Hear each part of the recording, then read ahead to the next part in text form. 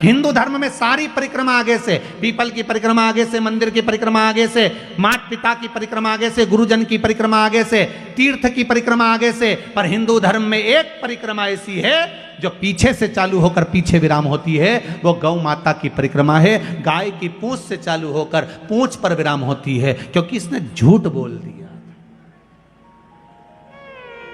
और केवल एक बार झूठ नहीं बोला है गौ माता ने, 2 बार बोला। राम जी जब बन गए, फाल्गु नदी के तट पर भी गौ माता ने झूठ बोल दिया था। सीता जी का श्राप लग गया, तुम झूठ बोल रहे। इसीलिए हमारे हिंदू धर्म में ऐसा नियम है, गौ माता के लिए अलग से पात्र रखा जाता है।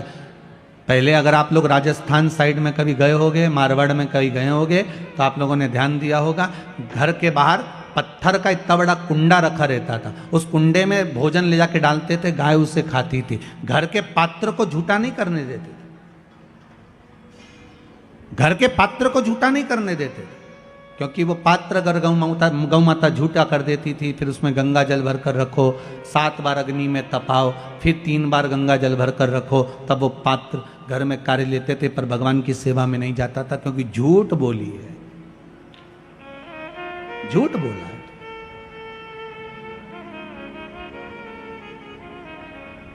और देखिए, वही गौ माता जिसने झूठ बोला, वही गौ माता शंकर से बाद में निवेदन करती है कि दुनिया के लोग मुझे पूछेंगे नहीं, आप कृपा कर दो। शंकर भगवान ने कहा, तू क्यों चिंता करती है गौ माता, भले तू झूठ बोल ली, पर मैं शिव हूं, मेरे को लोग ओघड़ी कहते हैं, चिंता मत कर, मेरा एक जन्म तेरे गर्भ से होगा। गौ माता, तेरे गर्भ से जन्म लूंगा, तू क्या चिंता करती है। और आप सबने कथा सुनी होगी, गौ माता जब अपने पुत्र मनोरथ को दूध पिला रही थी, गाय जब अपने बेटे मनोरथ को दूध पिला रही थी, तो कामधेनु गाय जब दूध पिला रही अपने पुत्र मनोरथ को, तो वो दूध का फेन उड़ गया था, उड़कर वो शंकर भगवान के ऊपर चले गया था। शिव जी के ऊपर जैसे ही गाय के दूध का फेन गया, झूठा फेन चले गया, जाते से ही शंकर भगवान उठकर खड़े हो गए। गौ माता को लगा कि भोलेनाथ मेरे पुत्र को मार देंगे। शंकर जी ने इशारा करा, गौ माता ने मुख को खोला और तेज श्वास ली। श्वास लेते से ही शंकर भगवान को गाय निगल गई। शिव जी गौ माता के पेट में जाकर बैठ गए। 7 रात्रि तक भगवान शंकर गौ माता के पेट में बैठे रहे। अब जरा ध्यान दीजिएगा, जिस गौ माता के पेट में शिव बैठे हैं, उस गौ माता के पेट में आप लोग जो भोजन पॉलीथीन में डालकर बाहर पटक देते हो, गाय वो खा जाती है, और वो पॉलीथीन गाय के पेट में जाती है, वो कैंसर बना देती है। जरा विचार करिए, गौ माता को कितना कष्ट होता हो, कितना। तो 7 रात्रि तक भोलेनाथ माता गौ माता के उदर में बैठे रहे, पेट में बैठे रहे। जब गाय के पेट में मेरा भोलेनाथ बैठा रहा, हाहाकार मच गया, शिव कहाँ गए, ढूंढने के लिए प्रयास करा गया। अथक प्रयास माता पार्वती जी ने करा, तब मालूम पड़ा कि गौ माता निगल गई शिव जी को। तब गौ माता से प्रार्थना करी गई, और गाय से प्रार्थना कर कर गौ माता के उदर से भगवान शंकर को प्रकट करा गया। गौ माता ने कहा, मेरा पुत्र नंदी बनकर आप प्रकट हो, और शिव जी नंदीध्वज बनकर प्रकट होते हैं, स्वयं नंदीश्वर बनकर। कोई साधारण है, गौ माता पूज्य बना दिया वापिस मेरे शिव, वापिस पूज्य बना दिया। शंकर है ही ऐसा, मेरा ओगड़दानी, मेरा शिव है ही ऐसा।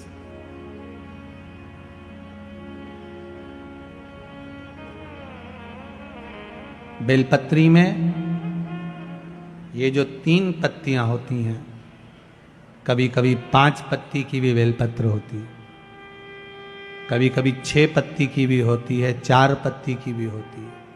उस बेलपत्र का बड़ा महत्व होता है महाराज जी। 4 पत्ती की अगर बेलपत्र मिल जाए तो महाराज, जो लकवे वाला शरीर होता है, जिसके शरीर में लकवा लग जाता है, उस लकवे के शरीर वाले के लिए 4 पत्ती की बेलपत्र शंकर भगवान पर समर्पित कर कर अवधूतेश्वर महादेव के नाम से 7 लोटा पानी, 7 कलश पीले चंदन का जल शिव जी को चढ़ाया जाता है।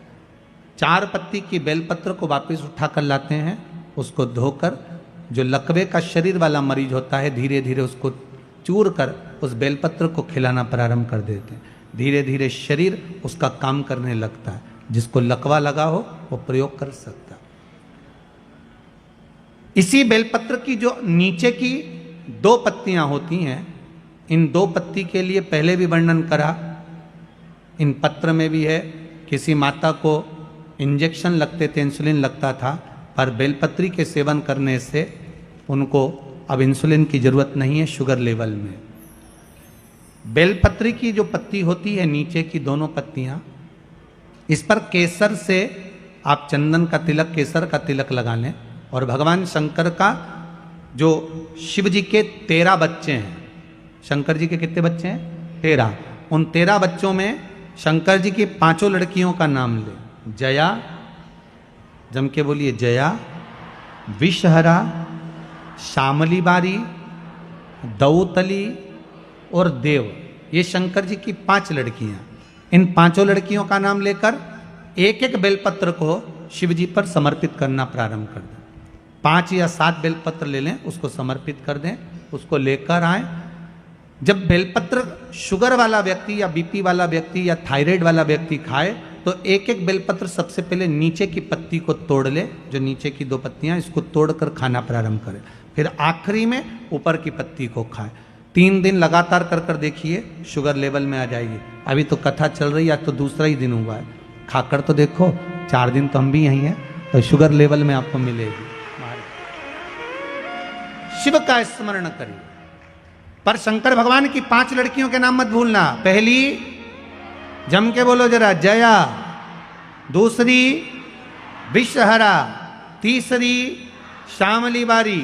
चौथी, दौतली। और 5वीं, देव। ये शंकर भगवान की 5 लड़कियां हैं जो औषधि का काम करती हैं।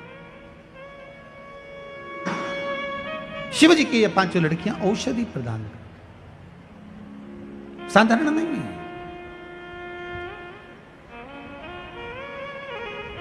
मेरा शिव औषधि। भोलेनाथ से निराला यहां कोई नहीं, कोई नहीं रे यहां कोई नहीं, कोई नहीं रे यहां कोई नहीं, भोलेनाथ से निराला यहाँ कोई नहीं, भोलेनाथ से निराला यहाँ कोई नहीं, शंभुनाथ से निराला यहाँ कोई नहीं, शंभुनाथ से निराला यहाँ कोई नहीं, हर हर महादेव। भगवान शिव की कथा कह रही है।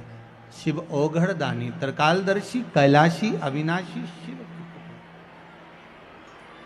ब्रह्मा जी के सामने, भगवान शिव की साक्षी में, भगवान नारायण के सम्मुख में झूठ बोल दी है गौ माता।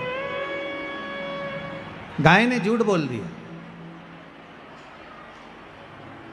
अब आकाशवाणी कर रही है, ये गाय माता झूठ बोल रही है, ये झूठ करे। ब्रह्मा जी बोले ये आकाशवाणी झूठी है, ये आकाशवाणी जो हुई है ये झूठी है। क्रोध आ गया।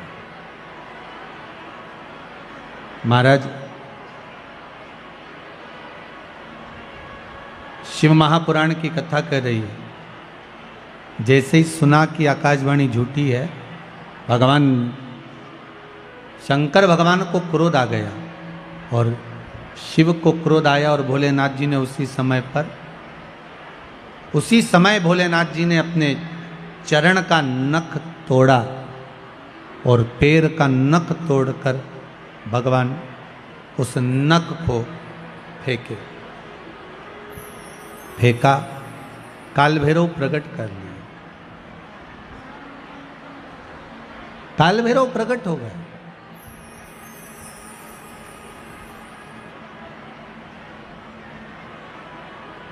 जब काल भैरव प्रकट हुए, भगवान शिव जी ने आदेश दिया कि जाओ, जाकर जिस मुख से ब्रह्मा जी झूठ बोल रहे हैं, जिस मुख से ब्रह्मा झूठ बोल रहे हैं, ब्रह्मा जी का वो सिर काट दीजिए। फिर ध्यान देना, शंकर भगवान को प्रसन्न करने का सबसे सुंदर तरीका है एक लोटा जल। पर एक लोटा जल ना हो तो बेलपत्र, बेलपत्र ना हो तो 3 बार ताली, 3 बार ताली ना हो तो बम बम भोले, और ये भी ना हो तो अपने जीवन में दिन भर में कम से कम एक बार सत्य बोलो। दिन भर में एक बार कितना बोलना है? एक बार बोल लो, बहुत है।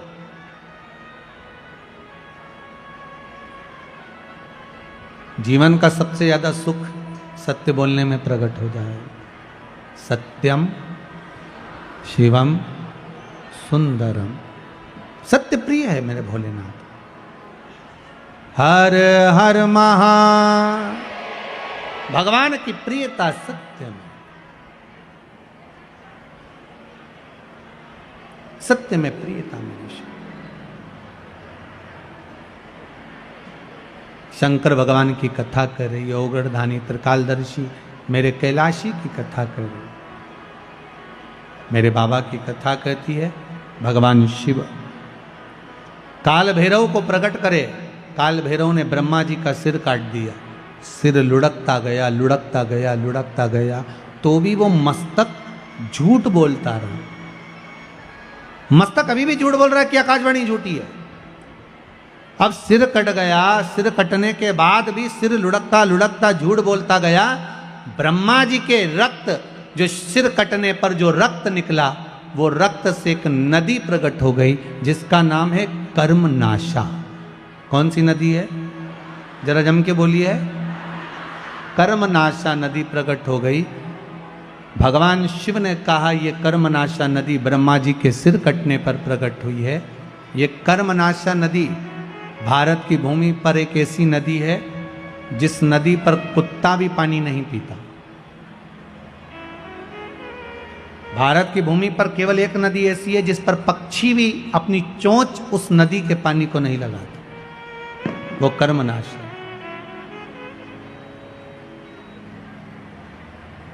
इलाहाबाद से काशी के बीच में बहने वाली ये नदी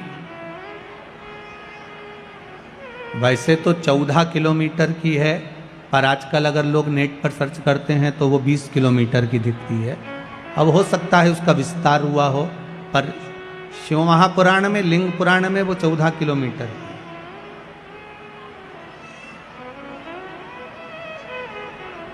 एक कर्मनाशा नदी जिस पर यूपी गवर्नमेंट ने बड़े बड़े बोर्ड लगा कर रखे हैं, इसमें हाथ ना धोइए, इसमें पांव ना धोइए, इसका स्पर्श ना करिए, ये कर्मनाशा है। 7 पीढ़ी में किसी ने उद्यापन करा हो, दान करा हो, कन्यादान, वस्त्र दान, मुद्रा दान, स्वर्ण दान, अन्न दान, उपास, व्रत, कुछ भी करा होता है, 7 पीढ़ी में अगर किसी ने करा हुआ है और उस पीढ़ी का व्यक्ति अगर कर्मनाशा नदी को छू लेता है, उसका पानी का स्पर्श हो जाता है, तो 7 पीढ़ी में करा गया सारा कर्म नष्ट हो जाता है। वो कर्मनाशा नदी आज भी बहती है, जो ब्रह्मा जी के रक्त से बनी। विद्वान लोग आज भी उस नदी के पास नहीं जाते, उस नदी के करीब में नहीं पहुंचते।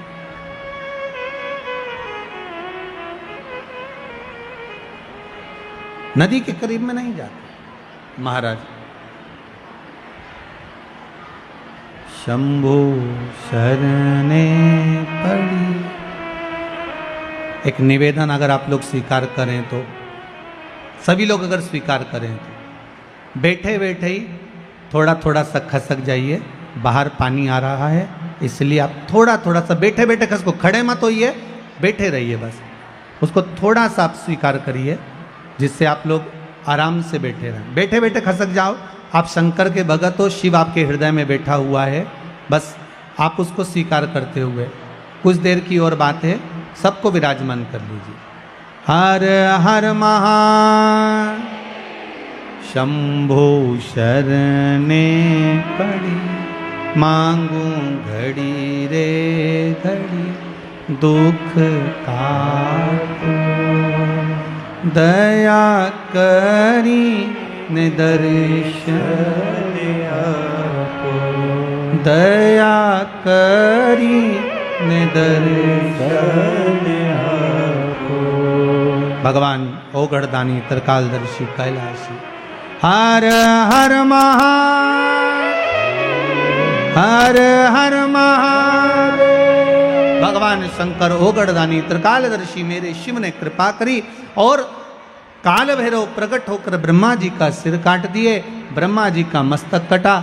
भगवान ब्रह्मदेव ने क्षमा याचना करी, क्षमा याचना करी। तब भगवान विष्णु ने कहा क्या चाहते हो ब्रह्मदेव? ब्रह्मा जी बोले प्रभु बस इतनी कृपा कर दो महाराज, एक करुणा थोड़ी सी कर दीजिए। जो मेरा सिर कटा है, वो कटा हुआ सिर संसार में इसको लोग बुरा ना कहें, इससे नफरत ना करें, ऐसी कृपा कर दो। भगवान ने कहा क्या करना चाहिए?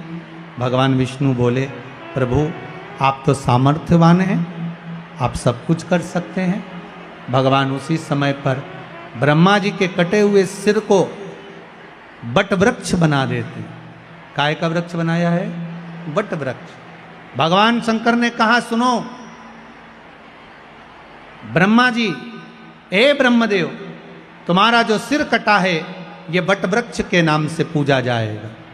इस बड़ के पेड़ के नीचे लोग पिंडदान करेंगे, तर्पण करेंगे, भजन करेंगे, स्मरण करेंगे और मेरी भक्ति को धारण करेंगे। शिव जी स्वयं उस बट के पेड़ के नीचे विराजमान हुए।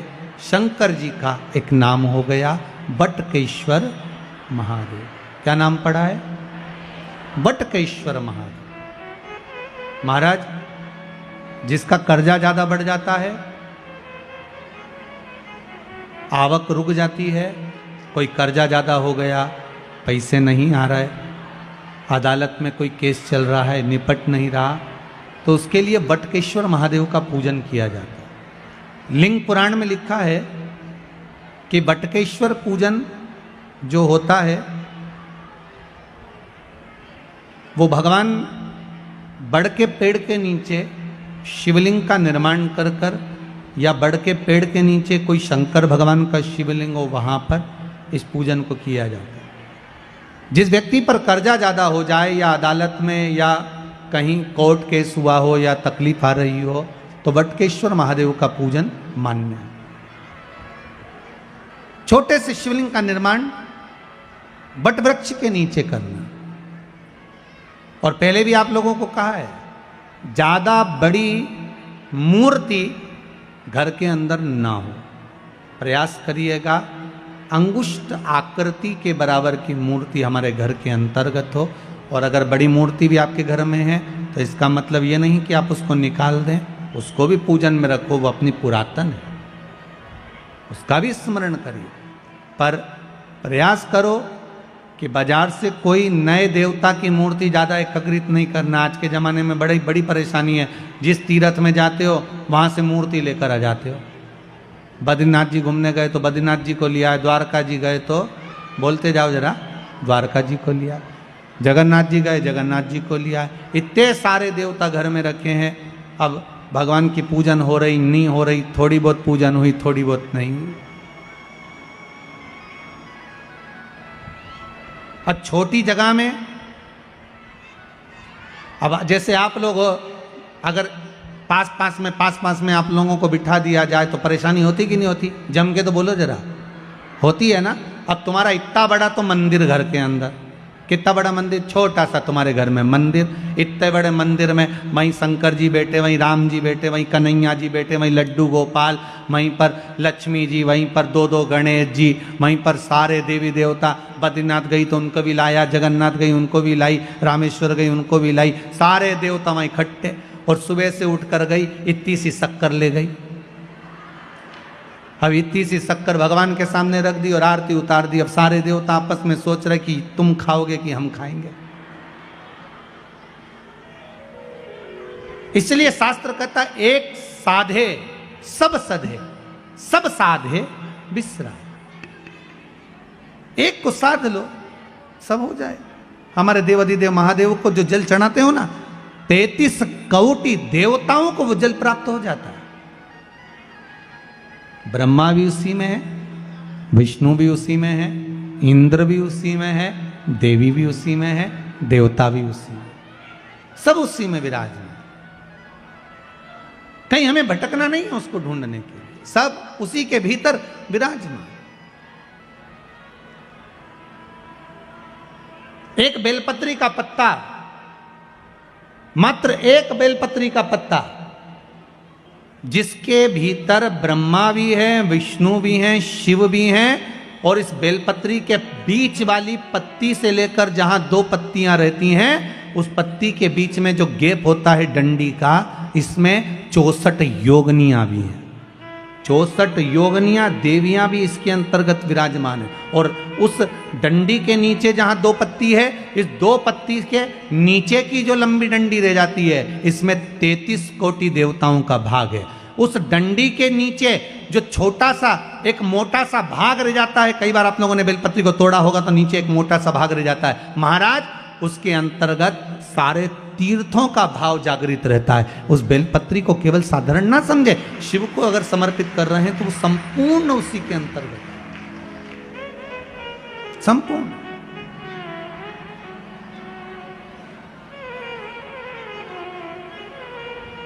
केवल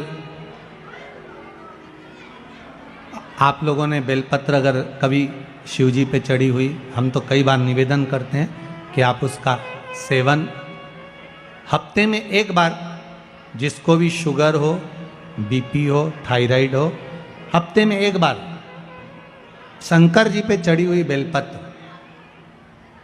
अवधूतेश्वर महादेव के नाम से, कौन से महादेव?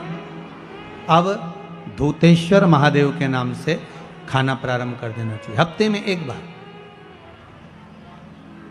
और जिसके भी घुटने में प्रॉब्लम रहती है या डॉक्टर ने बोल दिया कि घुटना बदलना पड़ेगा, तो उनके लिए निवेदन है, शिवरात्रि के दिन रात्रि को 12 बजे शंकर जी पे चढ़ी हुई बेलपत्र, भगवान शंकर पर चढ़ी हुई बेलपत्र, शिव जी के मंदिर पर ही बाहर खड़े होकर शिखर का दर्शन कर कर उस बेलपत्र को चबा चबा कर खा लीजिए, घुटना बदलने की जरूरत नहीं पड़ेगी, कभी भी घुटना बदलने की जरूरत नहीं। और कई लोगों ने प्रैक्टिकल करके देखा है, आपके बीच में ही लोग बैठे होंगे, बहुत सारे लोग आपके भीतर बैठे होंगे, कई लोग बैठे होंगे जिन्होंने उस प्रैक्टिकल को करा हो, जिन्होंने किया हो, और कई लोगों को उसका लाभ प्राप्त हुआ होगा, कई लोगों। अब शिव महापुराण की कथा कर रही है, शंकर का चरित्र का, ओगरदानी मेरे त्रिकालदर्शी की कथा कर रही है। महाराज ब्रह्मा जी से कहा, ब्रह्मदेव, भगवान शिव का नाम बटकेश्वर महादेव पड़ गया, बड़ के पेड़ के नीचे मेरे शंभु मेरे शंकर विराजमान हो गए। आगे जो पावन चरित्र आया है शिव महापुराण का, जैसे आपको वर्णन किया, ब्रह्मा जी ने भगवान शिव से पूछा कि सृष्टि का निर्माण कैसे करना है, वो दर्शन आप कराइए।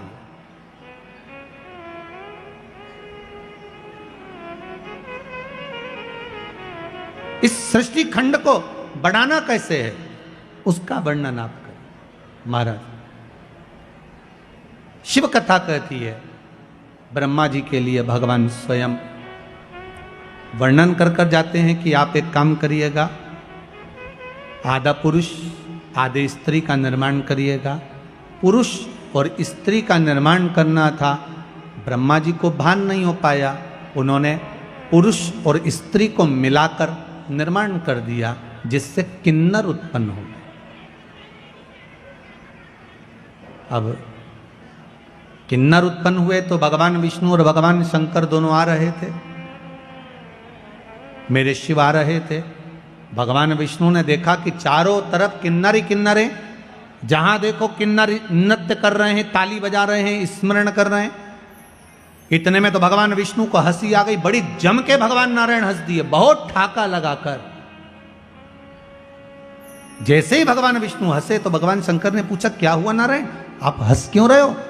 भगवान विष्णु ने कहा, प्रभु आपने ब्रह्मा जी से कहा था कि सृष्टि का निर्माण करो, पर ब्रह्मा जी ने कैसी सृष्टि बनाई, चारों तरफ किन्नरों को उत्पन्न कर दिया।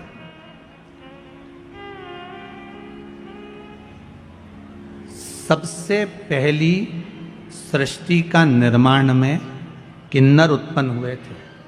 इसलिए आज भी शुभ कार्य में, घर के मंगल विवाह में, बच्चों का जन्म होता है, उसमें किन्नर आमंत्रित होते हैं और किन्नरों को कुछ देना पड़ता है।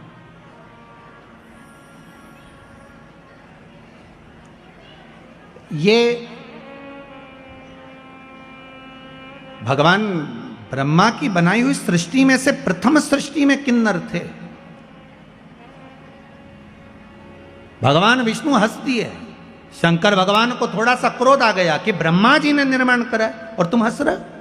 शिव महापुराण की कथा कहती है, कभी अंधे को देखकर मत हंसो, कभी लूले को, विकलांग को, चरण नहीं, हाथ नहीं, बहरा है कोई, वाणी से विहीन है कोई, उसको देखकर कभी नहीं हंसना। शिव महापुराण की कथा कहती है, एक जन्म हमको लेना पड़ता उसी के जैसा जिस पर हंसे हैं हम। और भगवान विष्णु को भी लेना पड़ा किन्नर का अवतार, भगवान नारायण को भी किन्नर बनना पड़ा, केवल हंस दिए थे थोड़ा सा। और भगवान विष्णु जो ठहाका लगाकर हंसे, शंकर भगवान ने कह दिया, नारायण आप ब्रह्मा की बनाई हुई सृष्टि पर किन्नरों पर हंसे हो, आपको पृथ्वी पर जाकर किन्नर बनना पड़ेगा, आपको भी किन्नर बनना पड़ेगा। भगवान विष्णु की आंख में से जल बह गया, नारायण रो दिए, शिव आप मुझसे कह रहे हो कि मुझे किन्नर बनना पड़ेगा? हाँ, क्योंकि आप ब्रह्मा की बनाई हुई सृष्टि पर हंसे हो। और आया समय, जिस समय पर पांडव और कौरवों का युद्ध प्रारंभ होना था, कुरुक्षेत्र की भूमि पर जब युद्ध करने के लिए कौरव और पांडव पहुंचे, तो कुरुक्षेत्र की भूमि पर चंडी प्रकट हो गई। कुरुक्षेत्र की भूमि पर चंडी प्रकट हुई और चंडी ने कहा, सुनो कौरव और पांडव, ये भूमि मेरी है, भूमि पर युद्ध करने से पहले कौरवों को अपने परिवार में से किसी एक की बलि देना पड़ेगी और पांडवों में से परिवार में से किसी एक की बलि देना पड़ेगी, तब तो तुम इस कुरुक्षेत्र की भूमि पर युद्ध लड़ सकते हो। अब कौरव तो खुश हो गए, क्योंकि हम 100 भाई, एक आध अगर बलि में मर भी गया तो 99 तो बचेंगे, पर दुख तो पांडवों को था, 5 में से एक मर गया तो फिर युद्ध कैसे होगा। भगवान कृष्ण को चिंता व्यापने लगी, टेंशन पड़ गया मेरे ठाकुर को, चिंता व्याप गई, करना क्या है। तब भगवान कृष्ण को याद आया, अर्जुन जिस समय द्रौपदी को विवाह कर कर लेकर आया था, लाकर द्रौपदी को जब खड़ा करा, माता कुंती से कहा, मां देखिए हम क्या लेकर आए, और माता ने कह दिया 5 वही बांट लो। द्रौपदी ने अर्जुन से पूछा, क्या बात है? अर्जुन ने कहा, तुम्हें 5 पतियों की पत्नी बनना पड़ेगी। द्रौपदी ने कहा, मैं पत्नी बनने को तैयार हूं, पर शर्त एक है, मेरे कक्ष में 1 वर्ष में 1 पति रहेगा, अगर दूसरा पति मेरे कक्ष में अगर आ जाता है तो उसको 5 वर्ष के लिए वन भोगना पड़ेगा। अगर मैं 5 पतियों की पत्नी बन सकती हूं तो थोड़ा संकल्प आपको भी लेना पड़ेगा। अर्जुन ने 5 से पूछा, 5 तैयार थे। आज जिस कक्ष में भीम के साथ में द्रौपदी रह रही थी, इतने में एक ब्राह्मण दौड़कर अर्जुन के पास में आए, अर्जुन अर्जुन मेरे पुत्र को सिंह उठाकर ले गया है, मेरे बेटे को बचा लीजिए अर्जुन, जल्दी बचाओ। अर्जुन ने कहा, मेरा गांडीव कहां है? ढूंढते ढूंढते अर्जुन उस गांडीव को लेने के लिए भीम के कमरे में चले गए, भीम के कक्ष में चले गए, और द्रौपदी ने उसी समय पर कह दिया, सुनो अर्जुन तुम भले गांडीव उठा कर ले जाओ और उस ब्राह्मण के बच्चे को बचा लो, पर तुम्हें 5 वर्ष के लिए वन जाना पड़ेगा। अर्जुन ने कहा, मैं स्वीकार करता हूं। 5 वर्ष के लिए अर्जुन वन गए, नागों की कन्या उलूपी के साथ में अर्जुन का विवाह हो गया, एक पुत्र का जन्म हो गया जिसका नाम आरावन था। क्या नाम था? आरावन। पुत्र को जन्म देकर अर्जुन वहीं पर छोड़कर अपने राज्य में आ गए। आज भगवान कृष्ण ने अर्जुन से कहा, अर्जुन पांडवों में से किसी एक की बलि देना है, तू जब वन में गया था तो तेरा एक बेटा हुआ था, उस बेटे को लिया, बलि उसी की चढ़ाएंगे। जाओ, है तो पांडवों का ही, जाओ लेकर आओ। आरावन को लेकर आए। आरावन ने कहा पिताजी चिंता मत करो। उसको नहीं मालूम था कि मेरी बलि चढ़ने वाली है, उसको नहीं मालूम था कि मेरी बलि चढ़ जाएगी। आरावन ने कहा पिताजी चिंता मत करो, युद्ध के मैदान में मैं कौरवों को काट काट कर पटक दूंगा, आप क्यों चिंता करते हो। आए आरावन, भगवान कृष्ण मिलने के लिए गए आरावन से। भगवान कृष्ण ने कहा आरावन आपको मालूम है कि क्यों आए हो। आरावन ने कहा मुझे युद्ध लड़ना है कौरवों से। आरावन आपको मालूम नहीं, आपकी बलि चढ़ना है। कौरव और पांडवों में से एक एक बलि जाना है चंडी देवी को प्रसन्न करने के लिए। कौरवों में से एक जा रही है तो पांडवों में से भी एक जाना है, इसलिए आपको लेकर गए हैं, आपकी बलि चढ़ना है। आरावन आपको दुख नहीं होगा। आरावन कहते हैं मैं बलि चढ़ने को तैयार हूं, मरने को तैयार हूं अपने पिता के लिए, अपने परिवार के लिए। पर बात इतनी सी है, मैं कुंवारा हूं। अगर कुंवारा मर गया, मैं कुंवारा हूं, पर अगर कुंवारा मर गया तो शिव महापुराण, अग्नि पुराण, पद्म पुराण, विष्णु पुराण, नर्मदा पुराण, लिंग पुराण, नारद पुराण, ब्रह्मवेता पुराण, ब्रह्म पुराण, सारी पुराणें कहती है कुंवारी अवस्था में अगर कोई मर जाता है तो ना तो उसकी तिलांजलि होती है, ना उसका तर्पण होता है, ना उसका पिंड होता है, उसकी मुक्ति नहीं होती। कोई गया जी में जा जाकर कुंवारी अवस्था वालों का कितना भी पिंडदान कर दे तो भी उसका मोक्ष नहीं होता। कोई ब्राह्मण को कितना भी भोजन करा दे तो भी कुंवारी अवस्था वालों का मोक्ष नहीं होता। कोई बद्रीनारायण में जाकर ब्रह्म कपाली कर दे तो भी कुंवारी अवस्था में मरने वालों की मुक्ति नहीं होती। तो फिर कुंवारी अवस्था में अगर मैं मर जाऊंगा तो मुझे मोक्ष कैसे मिलेगा। इसलिए मेरा एक विनती स्वीकार करोगे। भगवान कृष्ण ने पूछा क्या। आरावन कहता है मेरी शादी कर दो, इसके बाद मेरी बलि चढ़ा दो। भगवान ने मन में विचार करा कल बलि चढ़ना है, आज ही का दिन बचा है, शादी के लिए लड़की कौन तैयार होगी, फिर भी तैयारी करो। भगवान कृष्ण ने अर्जुन, भीम, नकुल, सहदेव सबसे कहा जाकर ढूंढो कोई लड़की मिल जाए। चारों तरफ ढूंढा पर कोई लड़की नहीं मिली जिससे विवाह करना था। कौन देगा लड़की। जिस पिता को मालूम है कि कल मरने वाला है, बेटी बेधव्य हो जाएगी, कौन देगा। किसी ने बेटी नहीं, किसी ने बेटी नहीं। भगवान कृष्ण ने विचार करा, शंकर भगवान ने कहा था कि पृथ्वी पर जाकर तुम्हें किन्नर बनना पड़ेगा। भगवान कृष्ण आधी रात को किन्नर का रूप रख लिए और आरावन से शादी कर ली है। किन्नर का रूप, भगवान कृष्ण ने किन्नर का रूप धारण करा, आरावन से विवाह करा। इसलिए आज भी किन्नर मांग में सिंदूर भरते हैं, हाथ में चूड़ी पहनते हैं, पांव में बिछुड़ी पहनते, गले में मंगलसूत्र पहनते। कोई पूछे उनसे कि इनका पति कौन है तो किन्नरों का विवाह आधी रात को होता है, जैसे भगवान कृष्ण किन्नर बन के विवाह करे थे आरावन से। किन्नरों का विवाह आज भी आरावन से होता है, आधी रात को होता है। रात को होने के बाद उस घड़े से विवाह कर कर घड़े को सुबह फोड़ दिया जाता है, क्योंकि भगवान कृष्ण सुबह रात्रि को किन्नर बने और सुबह आरावन की बलि चढ़ गई, इसलिए उस घड़े को फोड़ दिया जाता। भगवान कृष्ण को भी किन्नर बनना पड़ा।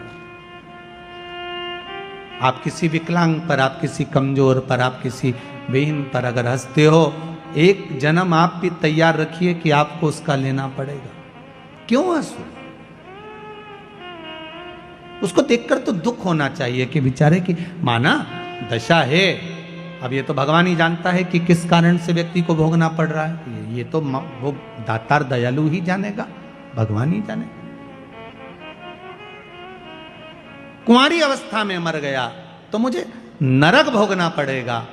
कुंवारी इसीलिए शिव महापुराण की कथा कहती है भागवत पितरों को तार सकती है, भागवत पितरों को तार देती है, पर शिव महापुराण की कथा केवल एक कथा ऐसी है जो कि आहूतों को तारती। आहूत मतलब कुंवारी अवस्था में जो मर गए, गर्भ में 6 महीने का, 8 महीने का, 9 महीने का, 10 महीने का कोई बच्चा जन्म लेकर कुंवारी अवस्था में, कोई बड़ा होकर जिसका विवाह नहीं हुआ, अधोगति में कोई मर गया, ये शिव महापुराण कुंवारी अवस्था वालों को तार देती है। कहते हैं कि कथा सुनकर जो व्यक्ति निकल कर जाता है शिव महापुराण की कथा सुनकर, उसके शरीर से एक तरंग निकलती है। रास्ते में, मार्ग में जितने भी कुंवारे मर गए हो, एक्सीडेंट में मर गए हो, या किसी के घर के अंदर गर्भ में 6 महीना, 8 महीना, 9 महीना, 10 महीना का कोई बच्चा शांत हो गया हो, वो नारी भी अगर कोई कथा सुनकर जा रहा हो, उसका मुख देख लेती है तो उसका दोष समाप्त हो जाता है, और जो कुंवारी अवस्था में मर गया उसका मोक्ष हो जाता है। शिव महापुराण की कथा अधोगति वालों को भी तार देती। आज आप लोग इतनी संख्या में आए हो, बाबा विश्वनाथ की कृपा, महाकाल दादा की दया है, शंभू की कृपा है, मेरे शंकर की, वो तारने वाली है, तारना, उसकी कृपा, उसकी दया।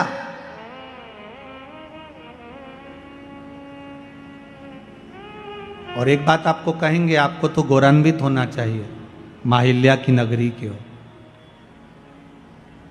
यहां से निकल कर जाते हो ना, जितनी दूर तक कदम कदम पढ़ते पढ़ते अपने घर पहुंचते हो ना, शिव महापुराण में ऐसे नहाए हुए होते हो कि घर पर जाकर भी शंकर की ही चर्चा होती है। आप यहां सुनते हो तो परिवार वाले टीवी पर सुनते हो, शिव की ही चर्चा होती है। और कई कई तो ऐसे हैं कि रात्रि को नींद भी नहीं आ रही होगी कि सुबह वापस जाना है, कथा में पहुंचना। और इतने बाहर बाहर से लोग आए हुए हैं इंदौर नगर में। इंदौर के लोग तो हैं ही कथा सुनने में, पर बाहर के भी बहुत लोग आए। कितने लोग जरा बाहर से आए, जरा हाथ उठाओ जो बाहर से आए हुए हैं, हाथ हिलाओ जरा जम जम के। बहुत बढ़िया, बहुत लोग हैं आप लोग। रखो रखो रखो रखो रखो, बहुत बहुत। कई कई दूर से, बहुत, कहीं मुंबई, कहीं पुणे, कहीं गुजरात, राजस्थान, सब जगह से भगत लोग आए हुए हैं। अब इंदौर के कितने बैठे हो रहे, जरा हाथ उठाओ। अरे बहुत सारे हो, रख लो रख लो रख लो रख लो रख लो, ढेर सारे, रखो रखो रखो। हर हर शिव उपासना, भगवान शंकर की भक्ति, शिव की आराधना जीव को सुख प्रदान करती है। कुंवारी अवस्था में भी अगर कोई चला गया, उसको भी गति प्रदान करती है।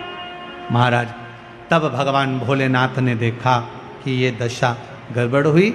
शिव जी ने अपना अर्धनारीश्वर स्वरूप का दर्शन को स्वीकार कर लेते हैं, इतने प्रसन्न हो जाते हैं मेरे दिल। शिव की प्रसन्नता है हरतालिका तीज का। सबसे सरल देव एक ही है, कौन से है? जम के बोलो जरा। देव, अधिदेव, महादेव, बहुत सरल। बाकी के देवता, उनको तो चंदन लगाओ, उपटन लगाओ, कपड़े पहनाओ, आभूषण पहनाओ, ये धराओ, वो धराओ, भोग लगाओ। इनके तो कुछ मत धराओ, 1 लोटा पानी, 3 बार ताली, बम बम बोला, अपने घर जाओ। अच्छा, शिव जी के मंदिर में बैठने की भी जगह नहीं होती। राम जी के मंदिर में जाओ तो थोड़ा बैठ जाओ, भगवान विष्णु के मंदिर में जाओ तो बैठ जाओ, शंकर जी के मंदिर में बैठने की भी जगह नहीं होती, क्योंकि लोग पानी इतना ढोल के जाते, साड़ी भी बचा के चलना पड़ती है। तो शिव जी कहते हैं मेरे पास मत बैठो, मेरे पास बैठकर समय बर्बाद मत करो। मेरा ओघड़दानी, मेरा महादेव, देव अधिदेव महादेव कहते हैं, मैं जिसकी आराधना में लगा हूं, शंकर राम की आराधना करते हैं, राम शंकर की आराधना करते हैं। आपसे भी शिव जी कहते हैं आप भी उसकी आराधना में डूब जाओ, समय बर्बाद मत करो। ये समय बड़ा कीमती है, क्यों इसको छोड़ रहे हो, क्यों इसको बर्बाद करो। नारद जी पहुंचे भगवान विष्णु के यहां। भगवान विष्णु से देव ऋषि नारद ने जाकर कहा, श्रीमन नारायण। भगवान विष्णु ने एक बार भी नारद जी से नहीं कहा कि बैठो, क्योंकि शंकर जी ने बैठने का कहा था तो नहीं बैठे थे, तो भगवान विष्णु क्यों बोले कि बैठो। नारद जी ने जाते से ही कहा, प्रभु मैं नारद। भगवान कहते मैं जानता हूं, जिस कामदेव को भगवान ने नहीं जीता, देवाधिदेव महादेव ने नहीं जीता, उस कामदेव को देव ऋषि नारद ने जीता। आपको मालूम है, भगवान विष्णु की आंखों से जल बहने लगा, नारायण रोने लगे। नारायण को लगा कि ये तो डूबा, मुझे भी डुबा दिया, क्योंकि शास्त्र कहता है निंदा करने वाला और निंदा सुनने वाला, इन दोनों में महापापी कौन होता है? सुनने वाला। निंदा कर रहे थे नारद, सुन रहे थे भगवान विष्णु, तो महापापियों की गिनती में नारायण को भी आना पड़ा और रो पड़े। लक्ष्मी जी पास में खड़ी थी। माता लक्ष्मी ने पूछा, नाथ क्यों रो रहे हो? भगवान कह रहे हैं, इस देवर्षि नारद ने मुझे महापापियों की गिनती में खड़ा कर दिया। क्यों? निंदा करी है नारद जी ने भगवान शंकर की, सबकी निंदा करते चल जाता, पर देवाधिदेव महादेव की निंदा सहन नहीं होती। जिसने दुनिया को केवल दिया है, उससे लिया नहीं, तो उसकी निंदा कैसे सुन सकते? उसकी निंदा कैसे सुने? प्रभु तो रो क्यों रहे हो? भगवान ने कहा, देवऋषि नारद ने निंदा करी। शंकर जी की निंदा करने वाला, भगवान की निंदा करने वाला पशु का मुख लगता है, और निंदा सुनने वाले को भी पशु का मुख लगता है। नारद जी ने तो अपनी गति बिगाड़ ली। ये नारद को तो बंदर का मुख लगेगा, पर मैंने निंदा सुनी है इसलिए मुझे घोड़े का मुख लगेगा। भगवान विष्णु का एक अवतार हुआ, हयग्रीव अवतार, जिसमें भगवान को घोड़े का मुख लगा। लगा कि नहीं लगा? घोड़े का मुख। मुझे घोड़े का मुख लगेगा, और वो देवऋषि नारद के कारण लग रहा है। ये देवऋषि नारद के चक्कर में लग रहा है। ये घोड़े का मुख। रो रहे हैं भगवान।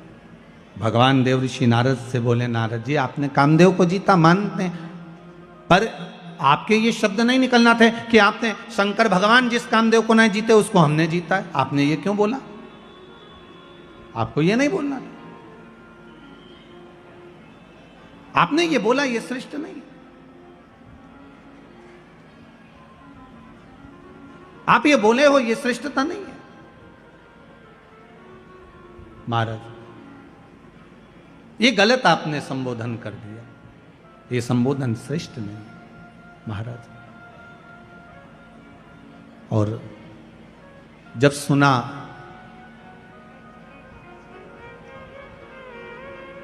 जब श्रवण किया, हमारे बीच में आदरणीय संत महोदय का आगमन हुआ है। एक बार जोरदार ताली बजाकर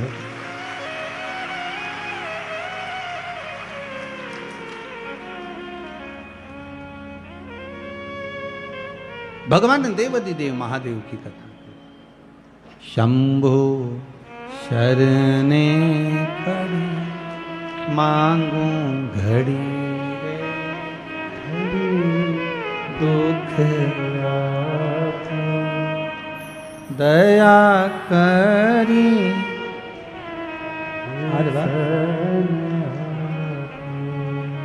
दया करी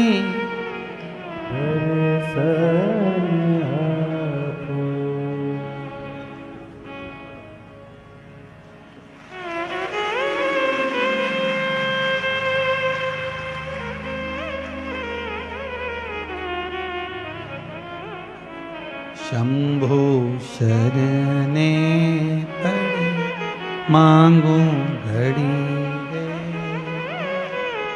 दुख दया करी ने दर्शन दया करी ने दर्शन। हर हर महान। भगवान शिव की कथा कर रही है, ओगड़दानी शंभू की कथा कर रही है। देवर्षि नारद के शब्द सुनकर भगवान विष्णु की आंख में जल भर गए। नारद अपनी गति तो बिगाड़ी बिगाड़ी, मेरी भी गति आपने बिगाड़ दी। और देवर्षि नारद रास्ते में से गए, वहां एक कन्या के स्वयंवर में पहुंच गए। सील निधि राजा की कन्या का स्वयंवर था, वहीं पर भगवान से रूप मांगा, बंदर का मुख लग गया और देवर्षि नारद का अभिमान टूटा। जाकर चंद्रभागा नदी के तट पर देवर्षि नारद ने तप साधना करी। कौन सी नदी पर पहुंचे? चंद्रभागा। पूरे भारत की भूमि पर केवल, पूरे भारत की भूमि पर एक मंदिर भगवान विष्णु का ऐसा है जहां भगवान नारायण के सिर पर शिवलिंग है, भगवान विष्णु के सिर पर शिवलिंग है, वो एक ही भूमि है, वो है पंढरपुर। चंद्रभागा नदी का तट, पंडरीनाथ जी का मंदिर, हरि विठ्ठल के मस्तक पर शिवलिंग विराजमान। जैसे शिवलिंग का पूजन करते हो, जलाधारी वगैरह सब है, ऐसी पंडरीनाथ हरि विठ्ठल के सिर पर शिवलिंग, जलाधारी सब विराजमान। पूरी भारत की भूमि पर एक ही मंदिर। चंद्रभागा के तट पर देवऋषि नारद ने तप करा, शंकर भगवान से विनती करी, भोलेनाथ आइए। तब बाबा विश्वनाथ, भगवान शंभु ने आकर दर्शन दिया, मांगो क्या चाहिए। भगवान नारायण भी सामने आकर खड़े हो गए, प्रभु आपको मेरे मंदिर में प्रवेश करना है। भगवान कहे इतनी भीड़ कैसे आऊंगा। भगवान नारायण ने अपने मस्तक पर भगवान शंकर को विराजमान कर लिया। कितना प्रेम होगा देवताओं में, भगवान विष्णु, भगवान शंकर, भगवान ब्रह्मा में। पर हमने उनमें भेद कर दिया, ये राम वाला, वो कृष्ण वाला, वो जगदम्बा वाला, वो शिव वाला, हमने भेद कर दिया। पर भगवान में कभी भेद नहीं हुआ।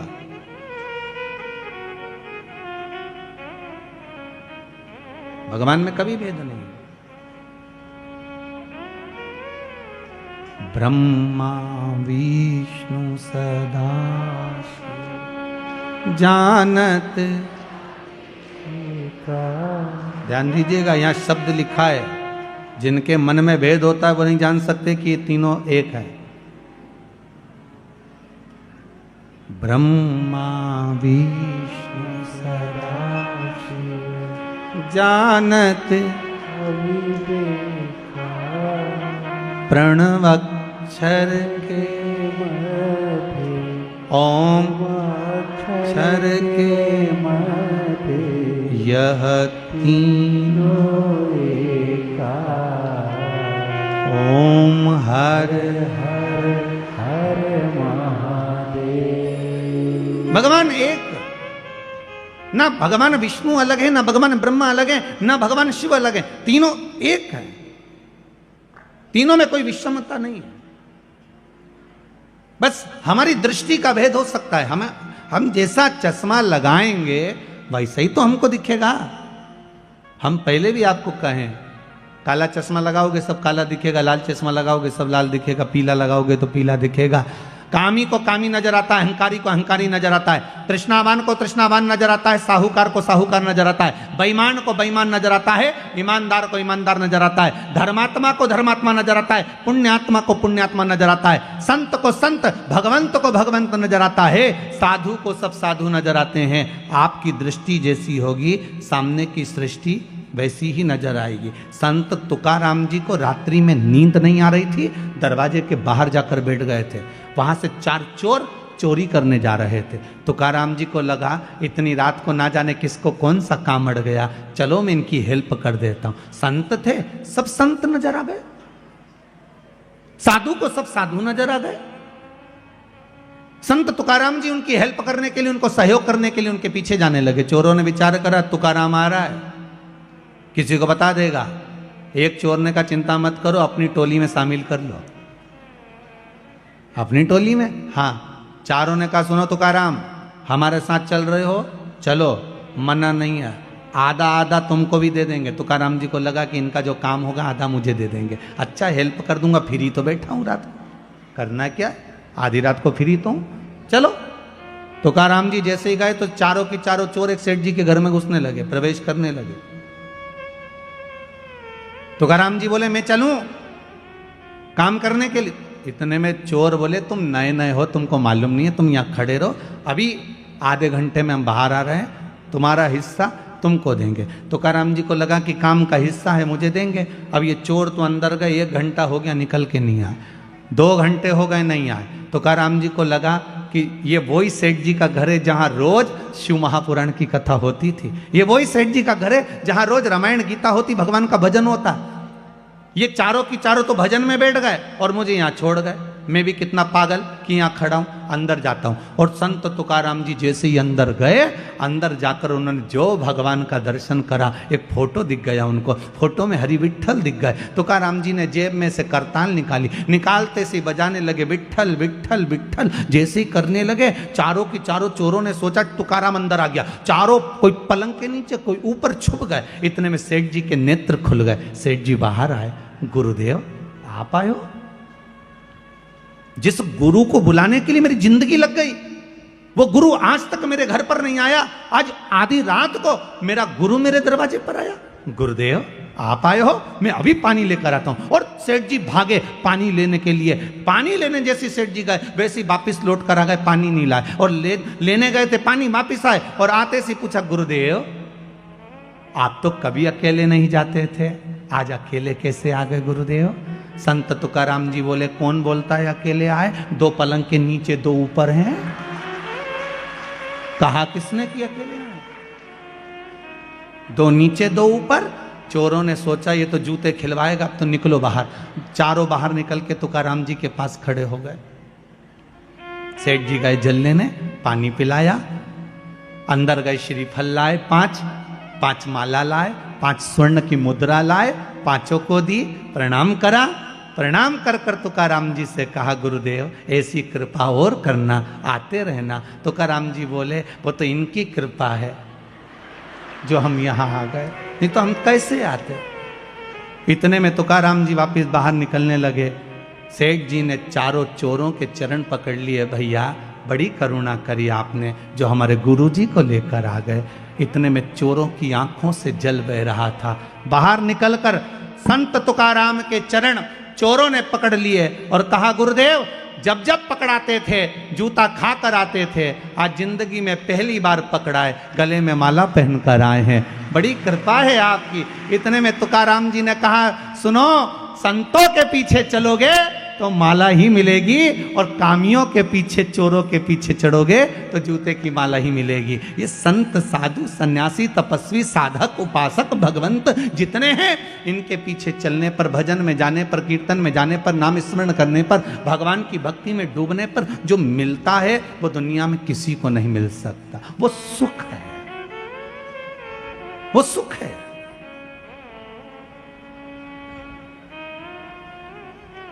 वो सुख कहीं नहीं मिल सकता।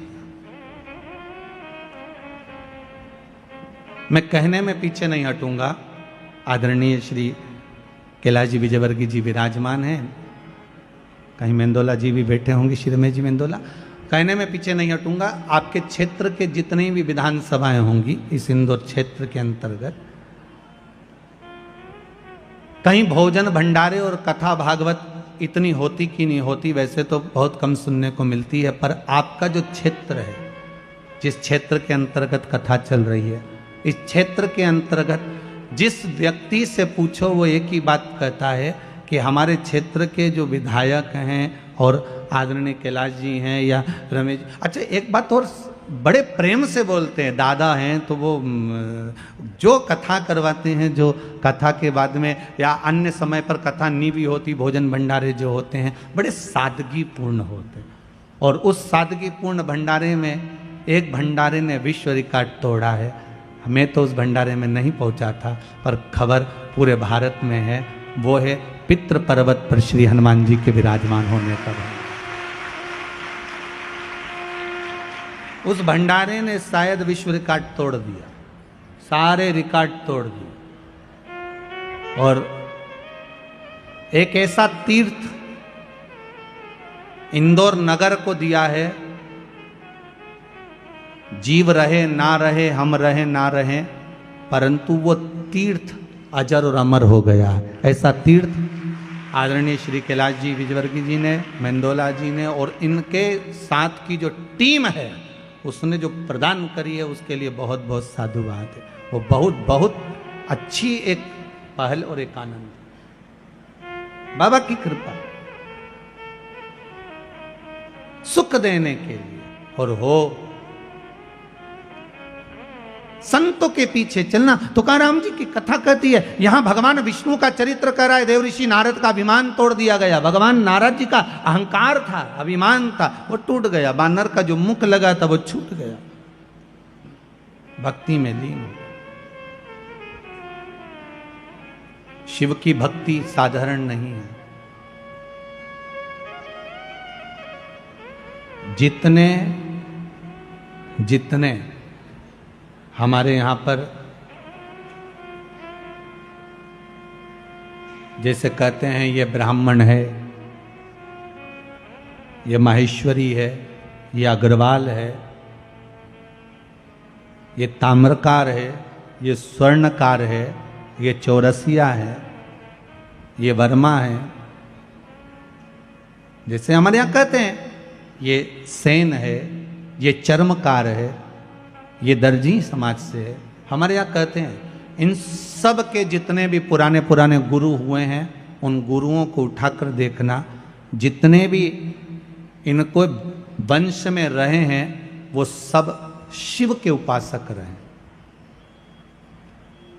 शंकर के उपासक। शिव की आराधना के बिना कुछ मिला ही नहीं है। जितने मिले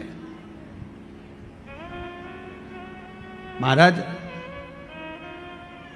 भगवान राम जी के दो पुत्र लव और कुश, भगवान कुश की 34वीं पीढ़ी में, भगवान कुश की 34वीं पीढ़ी में श्री अग्रसेन महाराज का जन्म हुआ था, जिससे अग्रवाल समाज की वंश की उत्पत्ति माना गया। 34वीं पीढ़ी में। और श्री वल्लभ सेन जी जो श्री अग्रसेन जी महाराज के पिता हैं, वल्लभ सेन जी, उनकी जो धर्मपत्नी थी भगवती देवी जी, विदर्भ की थी।